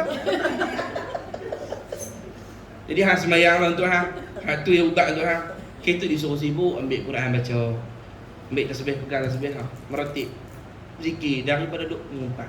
Bahkan ulama sufi kata orang berzikir ni pahala sunat asal. Tapi jika dengan sebab zikir juga dia dapat meninggalkan mengumpat, maka pahala sunat satu, pahala wajib itu. Satu pahala zikir, yang kedua pahala meninggalkan mengumpat. Macam ni Tuhan berikan umat akhir zaman nak pergi masuk syurga juga macam apa? Ngerti tak? Diam saja pun dapat pahala dah. Tidur apa dah? Akhir zaman ni ulama kata tidur tu yang banyak tidur. Tidur tu dengan hang tidur. Dengan tidur. Tapi janganlah tidur dalam kelas aku baru.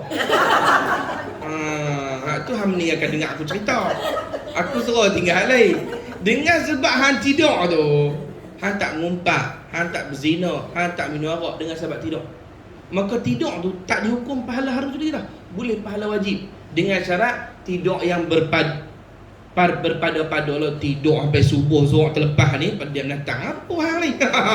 Hati tak? Allah tu. Jadi Allah SWT Muhammad sampai tahap tu agama nak tolong.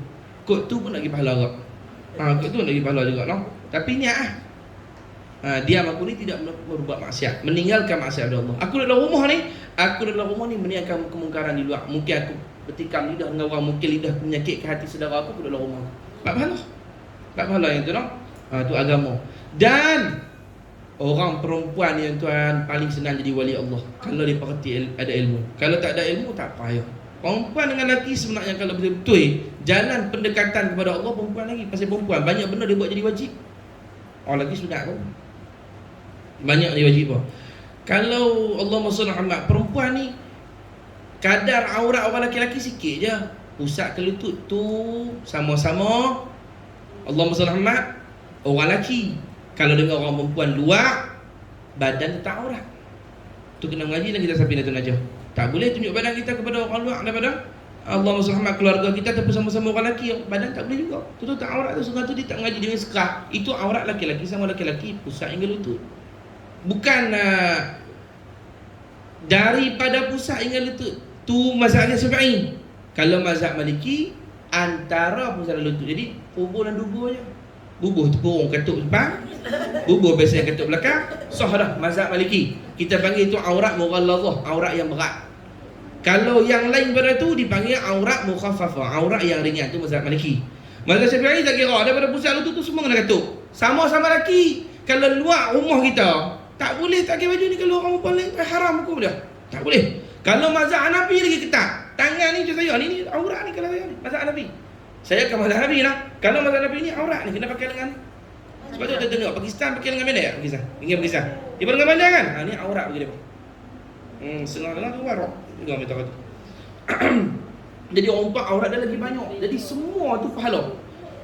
Ni tengah-tengah ni sejuk tak apalah. Kalau tengah panas lik-lik yang kita bercara kemarin tu, pakai tudung lagu ni, ya Rabbi. Kalau angkat sekali tudung tu bau Allah. Kan? Semerbak harum kasturi kan? Ni. Tapi dia pakai juga. Panas-panas dia pakai juga. Pasal apa? Pasal Tuhan suruh. Aku tak mahu dia bakar oleh neraka Allah. Pahala besar. Kemudian pula kalau dia bersuami, ada suami, ya Allah, semua benda dia buat tu pahala wajib. Pahala besar tu. Sebab tu setengah orang dia tak erti. Dia kalau nak sembahyang sunat, sampai tak kadang-kadang suami dia panggil, boleh duduk kalau sembahyang sunat. Tak kena.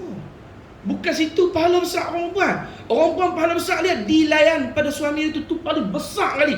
Hang sembahyang sunat 1000 rakaat pun tak dapat capai martabat tu. Saya sebut lagi tu dalam kitab sebut apa? Tuan-tuan ambil cawan, ambil camca orang Kedah, sudu. Spoon. Teaspoon.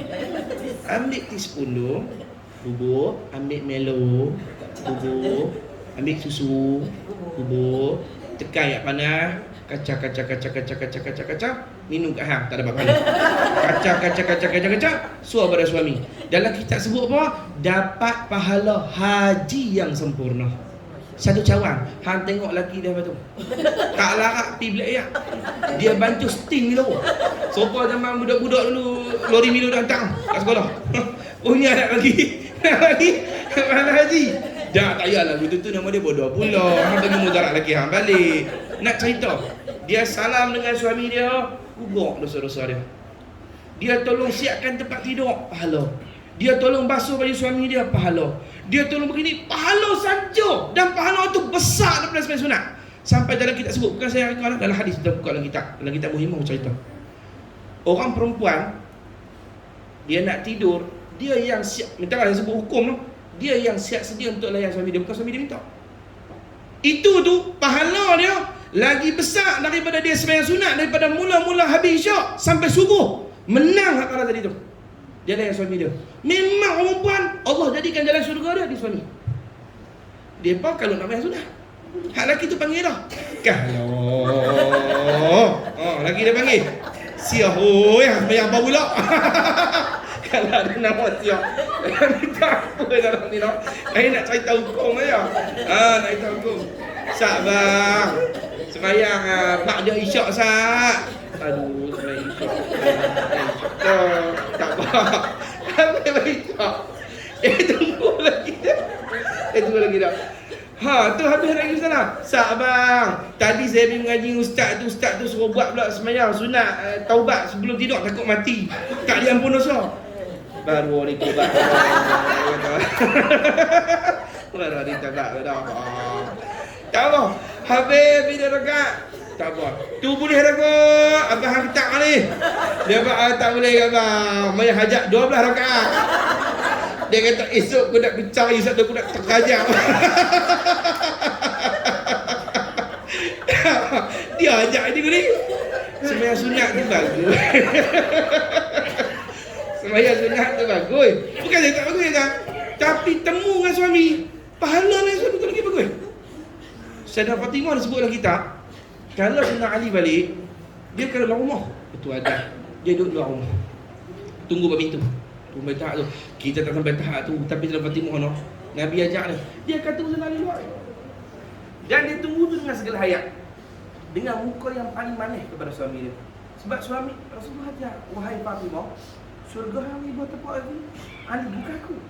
Suami yang. Dia tunggu dengan hayat. Sekira-kira waktu tu senang Ali balik itu. Bukan lebih tunggu. Laki balik ke 6. Hampir tunggu satu tu hang bodoh. Bukan masalah tu. Dia pergi tunggu. Bila senang Ali balik dia senyum. Dia suayak. Suruh suami dia minum dulu. Baru masuk dalam rumah. Itu ya Allah ni. Pahala saja tuan. Sampai Nabi pernah kata kepada Fatimah, wahai Fatimah, kalau hang mati dalam keadaan Ali tak redha kat hang, aku takkan sembahyang jenazah hang. Redha seorang, redha Allah Ta'ala kepada seorang isteri, duduk di suami dia. Dia buat baik kepada suami dia, jadi wali Allah. Buat dia elok. Oh, tak ada suruh balik urut. Laki dia berat. Picit. Kawan tu boleh takut. Aku berasa aku tak ada buat tak kena apa. Dia picit kan. Tapi nak bak sampai laki rasa lagu tu, punya lama tak nak picit. Ya Allah ya Rahman ya Rahim. Itulah Allah Subhanahu tempat perempuan. Sebab tu dalam saya dengar ada Syekh Yusri Rusdi kata, orang perempuan dia keluar rumah dia pergi dalam kubur wali ni, habis kubur wali tu macam Nabi. Kubur tok kenali, kubur tok guru, tok seleho, dia pergi habis. Suami dia tak redha kat rumah. Suami dia kat rumah tak redha kat dia. Satu wali pun tak redha kat dia. Sia-sia dia. Dia mesti dapat redha suami dia dulu. Itu agama ajar. Sayyidina Fatimah kalau salah cakap, Sayyidina Ali ni kulit putih orang Arab, muka akan jadi merah. Bila muka jadi merah, Sayyidina Ali muka merah. Sayyidina Ali bicara Rasulullah, bila marah tak cakap, diam. Tapi nampak muka merah. Dia kalau kita marah, diam tak apa. Dia kalau kita cakap, dia cakapan dia takut salah. Terlapah yang bukan, diam. Jadi bila Sayyidina Fatimah nampak Sayyidina Ali muka lain, Sayyidina Fatimah taraf kata Sayyidina Ali ni marah ni. Dia buat apa? Dia akan pergi minta redha, pegang Sayyidina Ali tu, cium. Abang maafkan saya. Bahasa kita, bahasa Melayu lah. Maafkan saya, minta ampun, maafkan saya. Dan kalau Sayyidina Ali tak kata apa, dia akan keliling macam budak-budak, duk pegang jubah Sayyidina Ali tu, maafkan saya, maafkan saya. Kalau abang tak mangai, Allah tak redha saya. Sampai Sayyidina Ali berubah muka, apa kata dia redha, baru Sayyidina Fatimah berhenti. Punya takut, redha Allah duduk dia redha suami. Tu sumpah anak redha dia, kalau dia tak kahwin lagi, dia duduk dia. Kalau laki-laki sampai ke mati, duduk dalam redha mak dia. Kalau mak dia tak redha kat dia, semayang ni jadi ungu ni, berhitam ungu tau ni. Kalau mak dia tak redha, tak ada lah syurga untuk dia. Jangan main-main lah. Setengah orang dia tak ngaji, dia duduk nampak semayang sunat, semayang Jumaat, semayang sunat, bagus. Tapi sampai dia tak tahu kata redha Tuhan ni bukan hak tu saja. Dia terkait dengan makhluk sama-sama kita ni. Contoh bagi sakit ni satu orang, kita semayang sunat kat belakang, kat rumah tuan. Semayang sunat tu tak diterima oleh Tuhan. Ada hati anak Adam kamu sakiti, kamu kena minta ampun, minta redha balik. Tidak, no? Ada kata sini. Agama kita ajak akhlak. Jadi jaga maruah orang, jangan jatuhkan maruah orang. Itu agama suruh, no? Lagi dia kata sikit kita baca. Jangan memulangkan pemberian untuk mendapatkan pujian dan nama. Demikian juga mengambil kerana kedudukan. Kalau kita nak pulang kerana Allah, nak ambil pun kerana Allah. Jangan kita ambil atau pulangan kerana nak nama ataupun nak kedudukan. Ni, dia tolak. Nampak orang tak mau dunia, tapi nak nama. Orang ambil kat dia, ni ustaz, saya nak sedekah sikit. Tadi ustaz berubat, saya pun dia pun suruh duit ni. Ustaz tu tolak tu kalau kena Allah tak apa. Dia tolak sebab apa? Dia tolak sebab nak nama. Tak apa, saya tak mau ni semua, ni dunia semua. Nak bagi orang puji kata apa? Amboi, zuhudnya ustaz ni, tak mau dunia. Faham tak? Sebab tu ulama kata, kalau timbul dalam hati kita berasa lagu tu, ambil afdal lagi. Pasal apa ambil afdal lagi? Kerana kalau kita ambil, kalau sekira-kira ada pada kita hati kita sikit rasa nak pada dunia, paling kurang hati dia terjaga, tentu salah. Kalau tolak dua, satu dia kecil hati, satu hang nak pada nama. Dua dosa hang dapat. Berarti tak? Begitu. Itu dapat tak? Allahumma salli ala sayyidina Muhammad. Dia adab. Kalau kita pergi ziarah ulama, disebut oleh almarhum Abu Guru Sekumpul, kalau kita pergi ziarah ulama, jangan tangan kosong, bawa buah tangan. Itu adab. Bawa buah tangan. Kalau orang dulu dia bawa apa? Dia bawa buah-buah dia. Kalau dia ada kebun, dia bawa buah pertama dia bawa ke guru lah. Kadang bawa beras, dia bawa apa? Zaman kita ni ulama kata duit. Pasal apa? Hak tu penting kali. Orang nak tok guru tu bil ayak tak bayar lagi, nak bayar dengan buah betik depa tak mau terima. Hang nak bagi duit lah baru dia boleh bayar. Tok guru tak kerja. Nak bagi buah betik dia pening. Nah, Allah masuk Muhammad. Tidak. Itu keutamaan dia, no? Dan Allahumma salli ala sayyidina Muhammad. Begitu juga kalau kita pergi minta bantuan pada tok guru. Misal kita suruh anak kita, tok guru saya nak minta tok guru tahniah anak. Ni pesan ulama, jangan pi dengan tangan kosong, mesti bagi sogati walau sikit. Tu adab. Bukan masalah tok guru tu nak duit, pasti adab. Walaupun sikit, dia pun tok ustaz kata walaupun sikit, dia bubuh dalam sampul. Suruh kata guru tu pada tahniah. Tok guru tu pegang bunyi kecing-kecing. Duit shilling. Dua kupang rupas ringgit. Memang bodoh lah. Ingat dia budak-budak. Tu pun dia kata taklah sikit padang patut lah. Allahumma salli Muhammad, no? Tu ayah kepada sahabat saya cerita Datuk ke apa atau Tan Sri. Tan Sri panggil pi pagar rumah. Tak tahulah rumah masuk di polong ke apa tak lah. Minta pi pagar rumah. Kawan pun perau baca, pagar lah rumah, baling garang geling rumah tu, baling selesai. Datuk Seri tu tak bagi berapa? 50,000. 50,000 pergi baling garam je. Ni semua tobat lagi tutup rumah patut ni. Bangsa tu. Sungguh-sungguh 50,000. 50,000 tak sedih tu bagi. Dia tak tahu, mungkin dia tak mas. Sekadar dia telefon, dia bank in, dia suruh pergi tolong buat, dia tak tengok. Mungkin dia ingat payah pun nak kena pergi cari dulu tapi agak elok ke beli garang ke apa. Dia ingat susah kot. Padahal beli paket tu baca perahu diakul pun sikit berapa. Lepas pada tu dia dapat tahu apa kata, ni pagar tak apa hukum Kita nak tahu gula pula. Kita nak tahu gula pula, gula 50,000 lagi. Tadi garang tak apa kejap kan. Allahu akbar. Nak cerita kan? Ada Allahumma salli ala sayyidina Muhammad.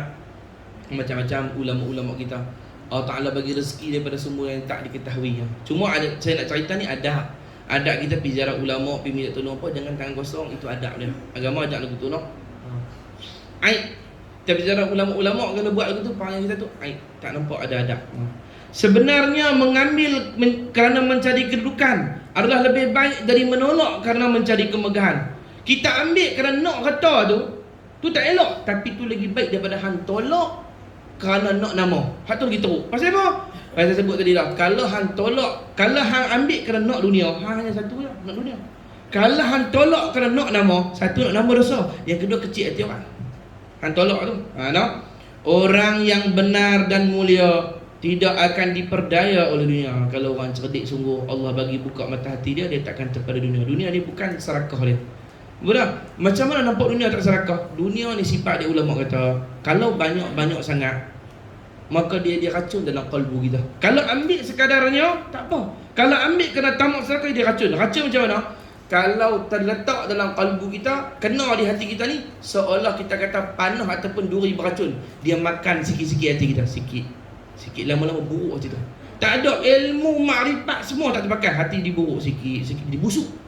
Tak macam buah kena sengat dia tu. Dia peningat dia terbuat apa tu kan. Dia menatang cucuk punggung dia tu. Lama-lama buah tu diburuk hati gitu. Kena sengat di dunia, dia buruk sikit-sikit. Dan tolong faham takrif dunia. Apa dunia? Kereta tu dunia ke? Rumah tu dunia ke? Maka lagu tu semua dunia tak ni. Baik kita duduk dunia ni. Tak ada akhirat tu, akhirat sana nanti. Apa maksud dunia? Ni takrif. Dunia ialah segala sesuatu yang melalaikan dari Allah. Tu takrif dia. Segala sesuatu yang melalaikan dari Allah, tu dunia. Segala sesuatu yang melalaikan dari Allah atau hari akhirat. Sesuatu yang melalaikan dari Allah atau hari akhirat. Tu dunia. Tarikh gitu. Saya tak salah faham. Ni, kereta kita boleh panggil dunia? Tak boleh panggil. Tak dipanggil dunia. Untuk apa dunia? Untuk apa kereta tu? Saya duk pergi kerja cari nafkah. Lagi, saya bawa keluarga saya makan-makan. Lagi, saya guna pergi mengaji, pergi kuliah. Lagi, saya bawa kereta tu untuk khidmat kat ulama, bawa ulama mai dan kau ulama daripada petani bah itu lo bawa. Lagi, kereta saya bawa mak saya pergi makan-makan. Saya bawa ayah saya pergi masjid. Maka kereta tu tak dipanggil dunia. Tu akhirat dah. Dia bagi faham takrif tu. Kalau tak faham takrif tu, jadi buang semua habis. Mampu pakat tidak buat jabatan semua. Hak tu akhirat tu. Rumah kamu guna untuk apa? Rumah untuk saya berlindung daripada panas apa semua. Lepas tu di rumah tu kan buat sembahyang jemaah. Dalam tu ada baca Yasin. Maka rumah tu akhirat. Dengan niat, dengan syarat tidak melalaikan kamu kepada Allah dan hari akhirat. Kamu duduk dalam rumah tu taklah sampai tak sembahyang. Taklah sampai dengar benda hiburan sampai lupa kepada agama. Taklah sampai tak baca Quran. Maka rumah tu kira akhirat. Sebab tu saya kata, apa nikmat tuan-tuan dapat supaya tak jadi benda tu dunia, gunakanlah kepada akhirat. Maka Tuhan tak kira ada sebagai benda dunia, dia kira akhirat semua tu. Guna untuk akhirat. Ni sayang. Kadang-kadang beli pinjam mahal-mahal, dia bukan guna. Tu dunia apa tu? Faham tak? Bawa keluar pinjam tu, jamu tetamu. Memuliakan tamu tu wajib hukum dia.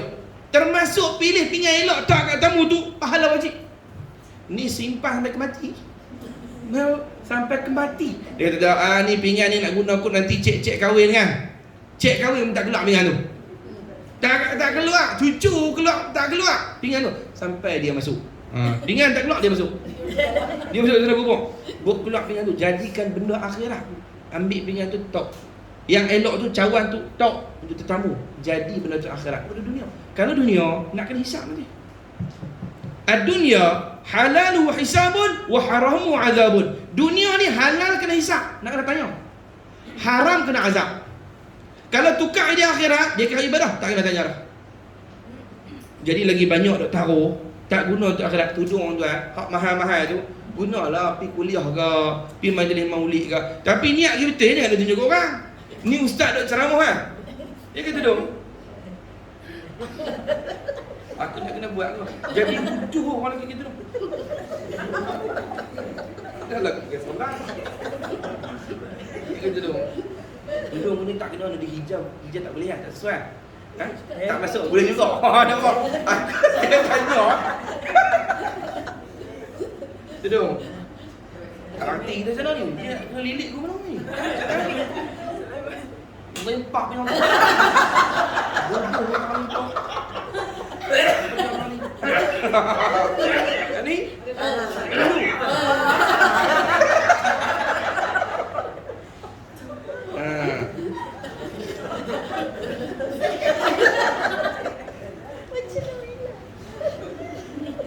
cantik sungguh.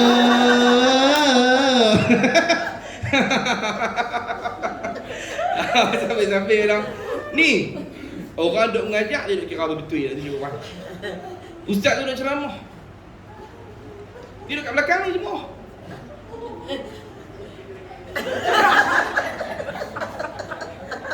Ni bodoh ada ekor lah ni. Tadi hujan. Nak buat cerita nak melawak bagi hilang mengantuk kan. Tak jadi. Pakai tudung tu yang mahal tu, pakai untuk pergi akhirat. Pergi semayang. Termasuk kita niat, pakai tudung tu kena menutup aurat. Hukum dia apa? Dia akhirat. Tukar semua kita dapat jadi akhirat, maka tak dipanggil lagi kita ahli dunia. Tukar jadi akhirat. Tu cara mudah, tukar jadi akhirat. Guna fikir akhirat, maka tak dipanggil lagi dunia yang melalaikan daripada Allah. Daripada Allah. Lepas kita dapat taktik dah. Dapat taktik dah. Dia beli selori berkedung. Hak tu memang something lah tu. Dia nak ranjau Tuhan. Dengan Tuhan dia bangsa-bangsa bodoh ni. Dia beli seamari lagi tu dong. Pasal apa ni? Nak pakai dalam kuliah. Tengok. Pakai sekali kuliah 7 lapis. Hak tu lain Allah Muhammad. Beli minyak wangi untuk pakai depan suami. Bukan depan orang, depan suami. Pakai wangi ni depan suami. Ya Allah kata lah. Bau ketiak apa banglo. Pakai ni depan laki ni. Ni wajib ni. Depan suami ni wajib. Pak pahala pakai elok-elok. pakai yang elok-elok. Faham tak? Hak elok-elok, rambut bagi elok-elok. Bagi elok. Ni hang semua nak buat untuk orang. Mulut merah untuk orang. Apa dia ni? Kening untuk orang. Bubuh tu apa dia tu? Ni? Apa? Eyeshadow. Maskara. Apa lagi? Tambah pula haram tu. Tambah apa dia tu?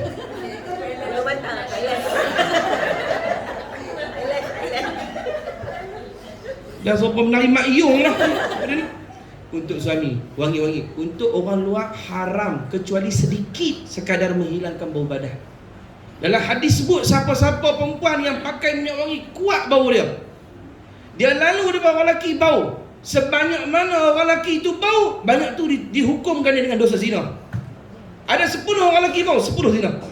20 orang lelaki bau, 20 zina. Untuk orang luar jangan, kecuali sedikit menghilangkan bau badan. Untuk suami wangi, ni suami ya Allah balik. Dia kata dah, khatak 1000, dah sejuk. Khatak 1000, ni tani timun. Ini tahu tomato ke apa anak ni? Dengan baju kelawak lah saya kata. Lelaki dia balik kuliah. Abang mak hang tu jantung. Baru ni depa nak buat apa? Angiogram. Tak jadi. Pak, aduh.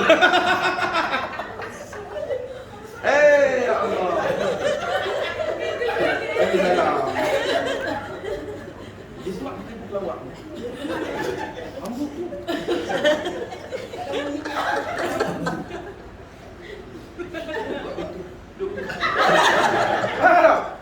Dia kata betul je pelawak. Dia nak pergi gantung lah. Oh ya Allah. Untuk suami dapat pahala besar. Sayyidina Fatimah berhiyah hanya untuk Sayyidina Ali. Di depan orang tidak ia menunjukkan kecantikan dia. Ia istimewa hanya untuk suami dia. Itu orang hebat tu. Kita nak tunjuk orang, biar orang pergi. Suami nampak huduh tak apa. Dia kata tak apa, tahu semua dah. Jadi dia kata pergi huduh bukan tuan, bukan masalah tu, masalah pahala. Masalah keredaan Tuhan. Tu saya kata paling cepat orang bangkit tu. Kalau pandai, itulah cara jadi wali. Seorang isteri di sisi suami dia. Jadi wali Allah Ta'ala. Orang yang benar dan mulia tidak akan diperdaya oleh dunia. Mereka hanya mengambil cahaya hidayah dari Tuhannya yang Maha Esa. Orang-orang yang celik hati dia, wali-wali Allah Ta'ala, hati dia pun tak silau di dunia kerana dia pun nampak ikat dunia. Ikat dunia ni nampak lazat, tapi sebenarnya ada mudarat, racun bagi iman kita. Bila cinta pada dunia berlebihan, tamak serakah pada dunia, iman kita akan rosak, kena sengat, hati kita kena sengat. Dia terbang tadi tu, buah duduk buruk. Ulama buat ibarat ke mana? Macam kita nampak orang buat kek. Imam tadi sebut lah, dalam Minhajul Abidin buat kek. Tengok kek tu delicious tak? Oh, merli, tambah pickle, secret recipe ke, merli dia begini kan. Kita tengok setelah selesai. Misalkan orang wali-wali ni, dia tengok kek tak lalu macam apa, seolah dia tengok waktu buat. Dia tak ada waktu tu, dia tengok waktu buat. Waktu buat dia nampak kawan tu memang kaca tepung. Cui. Lalu buat dengan kek tu. Begitulah perumpamaan wali-wali. Dia seolah nampak hakikat yang ada dalam kek tu. Dia nampak ada racun yang kalau makan merosakkan iman dia. Maka dia tak mau lebih-lebih. Kalau lebih-lebih, nanti rohani dia rosak. Dia akan jauh dengan Allah. Betul lah ibarat dia. Kita tak nampak, kita nampak tu kek siap dah. Orang tengok, hantar habis setengah kek tu. Padahal kawan tu pun kahak hijau dia.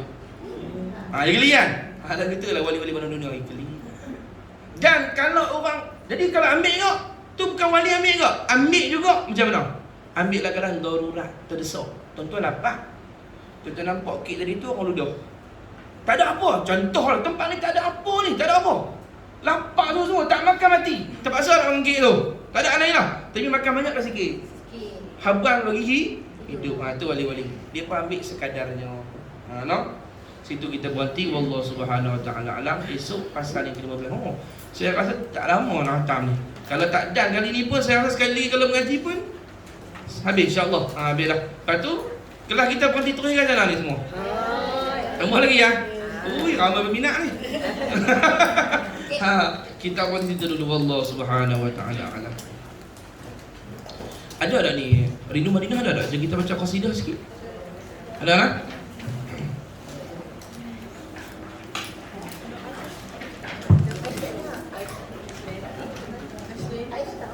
Ada.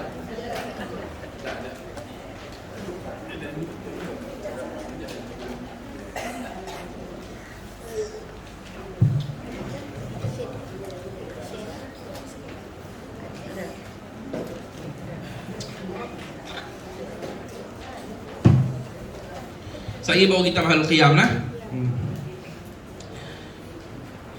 Inna Allah wa malaikatahu yusalluna ala nabi ya ayyuhalladzina amanu sallu alaihi wa sallimu taslima.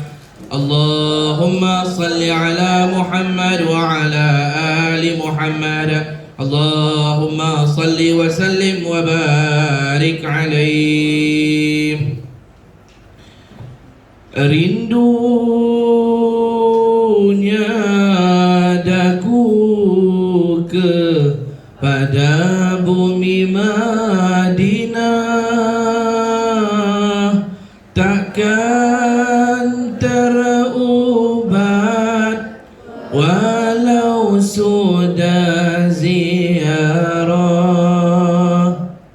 sekalipun menangis berair mata darah, hati kan tetap rindukan Rasulullah. Allahu Allahu Allahu Allah,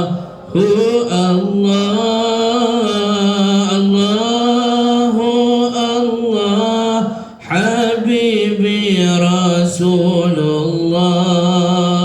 Terimalah hadiah imbalan ziarah, insan yang lemah ingin berqasidah, diilhamkan Allah syama'il Muhammadiyah, berkat menangis di Raudhatul Jannah.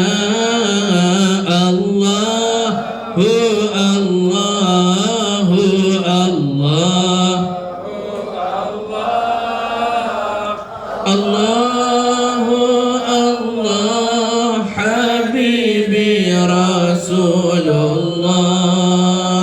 Di suatu malam bulan yang penuh cerah, baginda mengenakan pakaian serba merah, lalu bersumpah Jabir bin Samurah, jika dibezakan Nabi terlebih indah.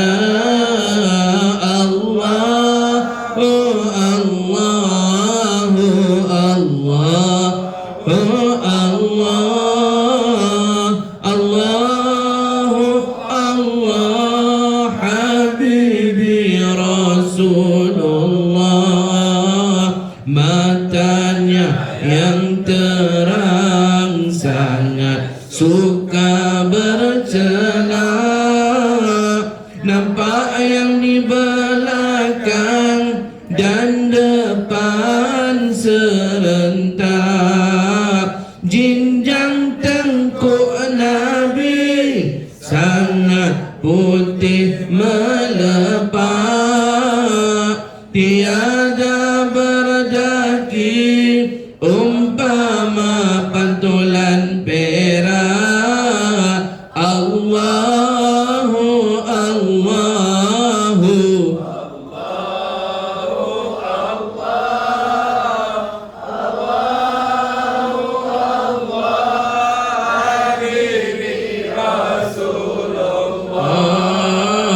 dahinya yang luas, anak matanya hitam, cahaya berhias menatapkan tentera.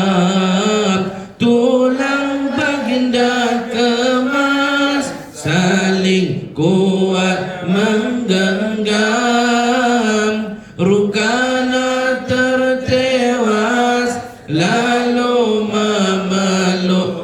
Islam. Allahu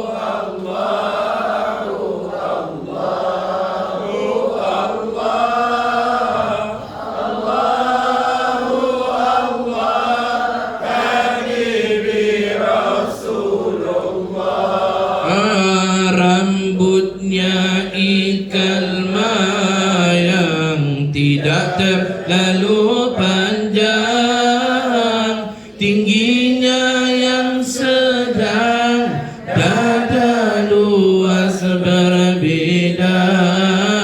Ketika berjalan, condongnya ke hadapan, lajunya seperti turun tempat yang tinggi.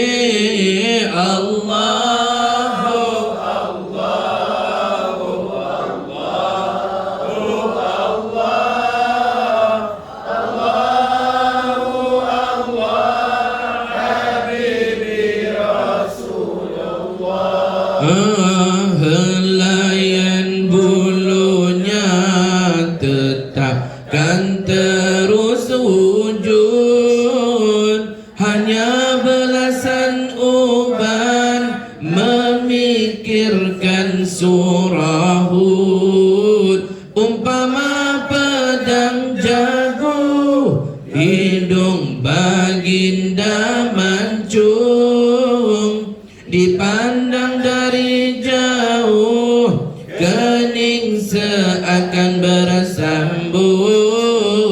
Allahu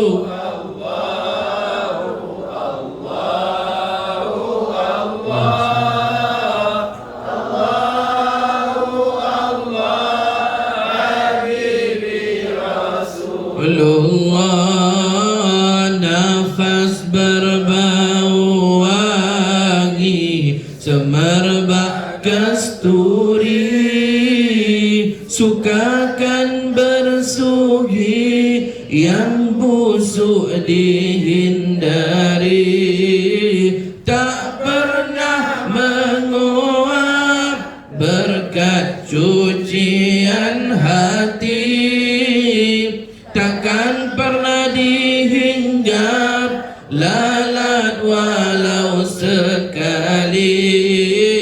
Allahu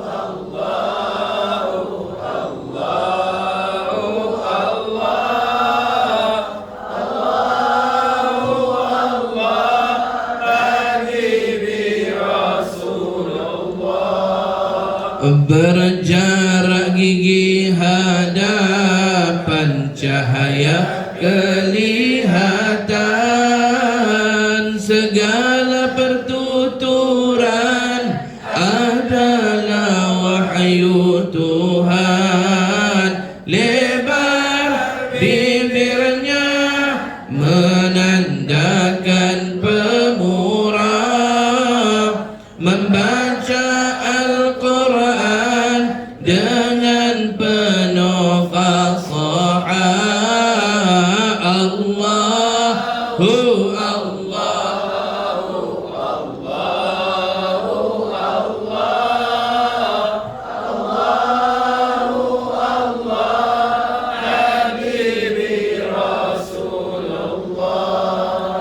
baginda memilih hidup dalam berzuhud, sekalipun maksum sangat banyak bersujud, menipis isi tumit, lamanya bertahajud,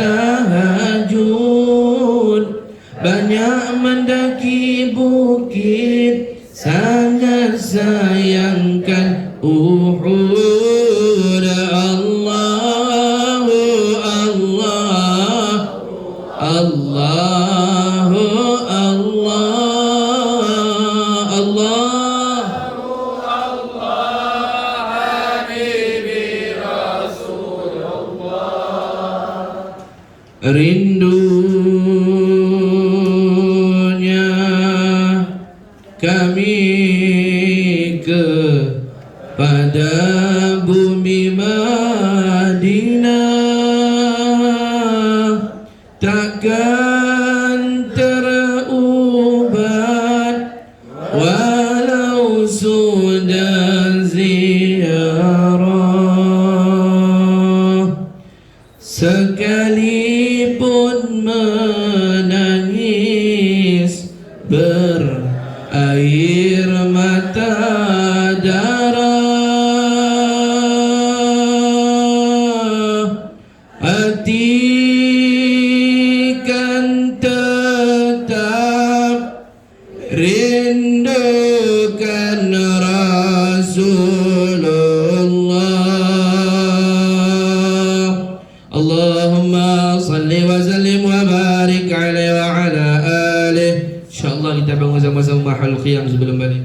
Inna Allah wa malaikatahu yusalluna ala nabi ya ayyuhalladzina amanu sallu alaihi wa sallimu taslima. Labbaik Allahumma labbaik. Sallallahu ala Muhammad sallallahu alaihi wa sallam. Sallallahu ala Muhammad sallallahu alaihi wa sallam. Tala'al badru alaina min thaniyatil wada'i wajaba syukru alaina ma da'a lillahi da'i. Sallallahu ala Muhammad sallallahu alaihi wa sallam. Sallallahu ala Muhammad sallallahu alaihi wa sallam. Ayyuhal mab'utsu fina ji'ta bil amril muta'i kun syafi'i ya habibi yawma hasyri wajtima'i. Sallallahu ala Muhammad sallallahu alaihi wa sallam. Sallallahu ala Muhammad sallallahu alaihi wa sallam. Ya Nabi salam alaika, ya Rasul salam alaika, ya Habib salam alaika. Salawatullah alaika.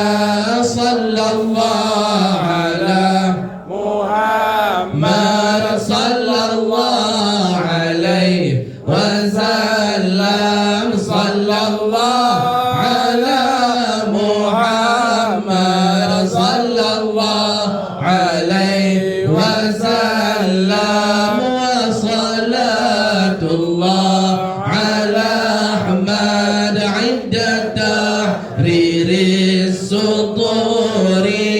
Ahmadul Hadi Muhammad sahibul wajhil muniri. Sallallahu ala Muhammad sallallahu alaihi wa sallam. Sallallahu ala Muhammad sallallahu alaihi wa sallam. Ashraqal badru alaina fakhtafat minhul buduru mithla husnika ma ra'ayna qantu ya wajhak sururi.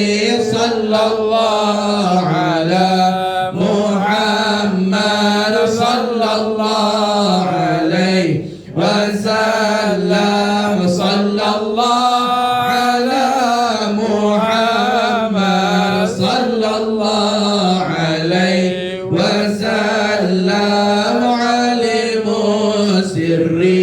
وأخفى مستجيب الدعوات يا ربي ارحمنا جميعا بجميع الصالحات صلى الله على محمد صلى الله عليه وسلم صلى الله على محمد صلى الله عليه وسلم. اللهم اجعلنا من أهل شفاعة سيدنا محمد صلى الله عليه وسلم. اللهم اجعلنا من أهل شفاعة سيدنا محمد صلى الله عليه وسلم. اللهم اجعلنا من أهل شفاعة سيدنا محمد صلى الله عليه وسلم. اللهم اجعلنا من أهل شفاعة سيدنا محمد صلى الله عليه وسلم. اللهم اجعلنا من أهل شفاعة سيدنا محمد صلى الله عليه وسلم. اللهم اجعلنا من أهل شفاعة سيدنا محمد صلى الله عليه وسلم. اللهم اجعلنا من أهل شفاعة سيدنا محمد صلى الله عليه وسلم. اللهم اجعلنا من أهل محبة سيدنا محمد. اللهم اجعلنا من أهل حضرة سيدنا محمد. اللهم اجعلنا من أهل زمرة سيدنا محمد. اللهم اجعلنا من أهل نظرة سيدنا محمد. اللهم اجعلنا من أهل قربة سيدنا محمد. اللهم اجعلنا من أهل سيدنا محمد صلى الله عليه وسلم. ربنا آتنا في الدنيا حسنة في الآخرة حسنة وقنا عذاب النار. وصلى الله على محمد وعلى آله وصحبه وبارك وسلم. الحمدلله rabbil alamin. Taqabbalallahu minkum. Tuan-tuan yang dirahmati Allah, saya minta ampun, minta maaf, minta redha bu ada kasar bahasa ambil masa yang lama. Insya-Allah esok ada kelas lagi lah. Kita jumpa lagi. Assalamualaikum.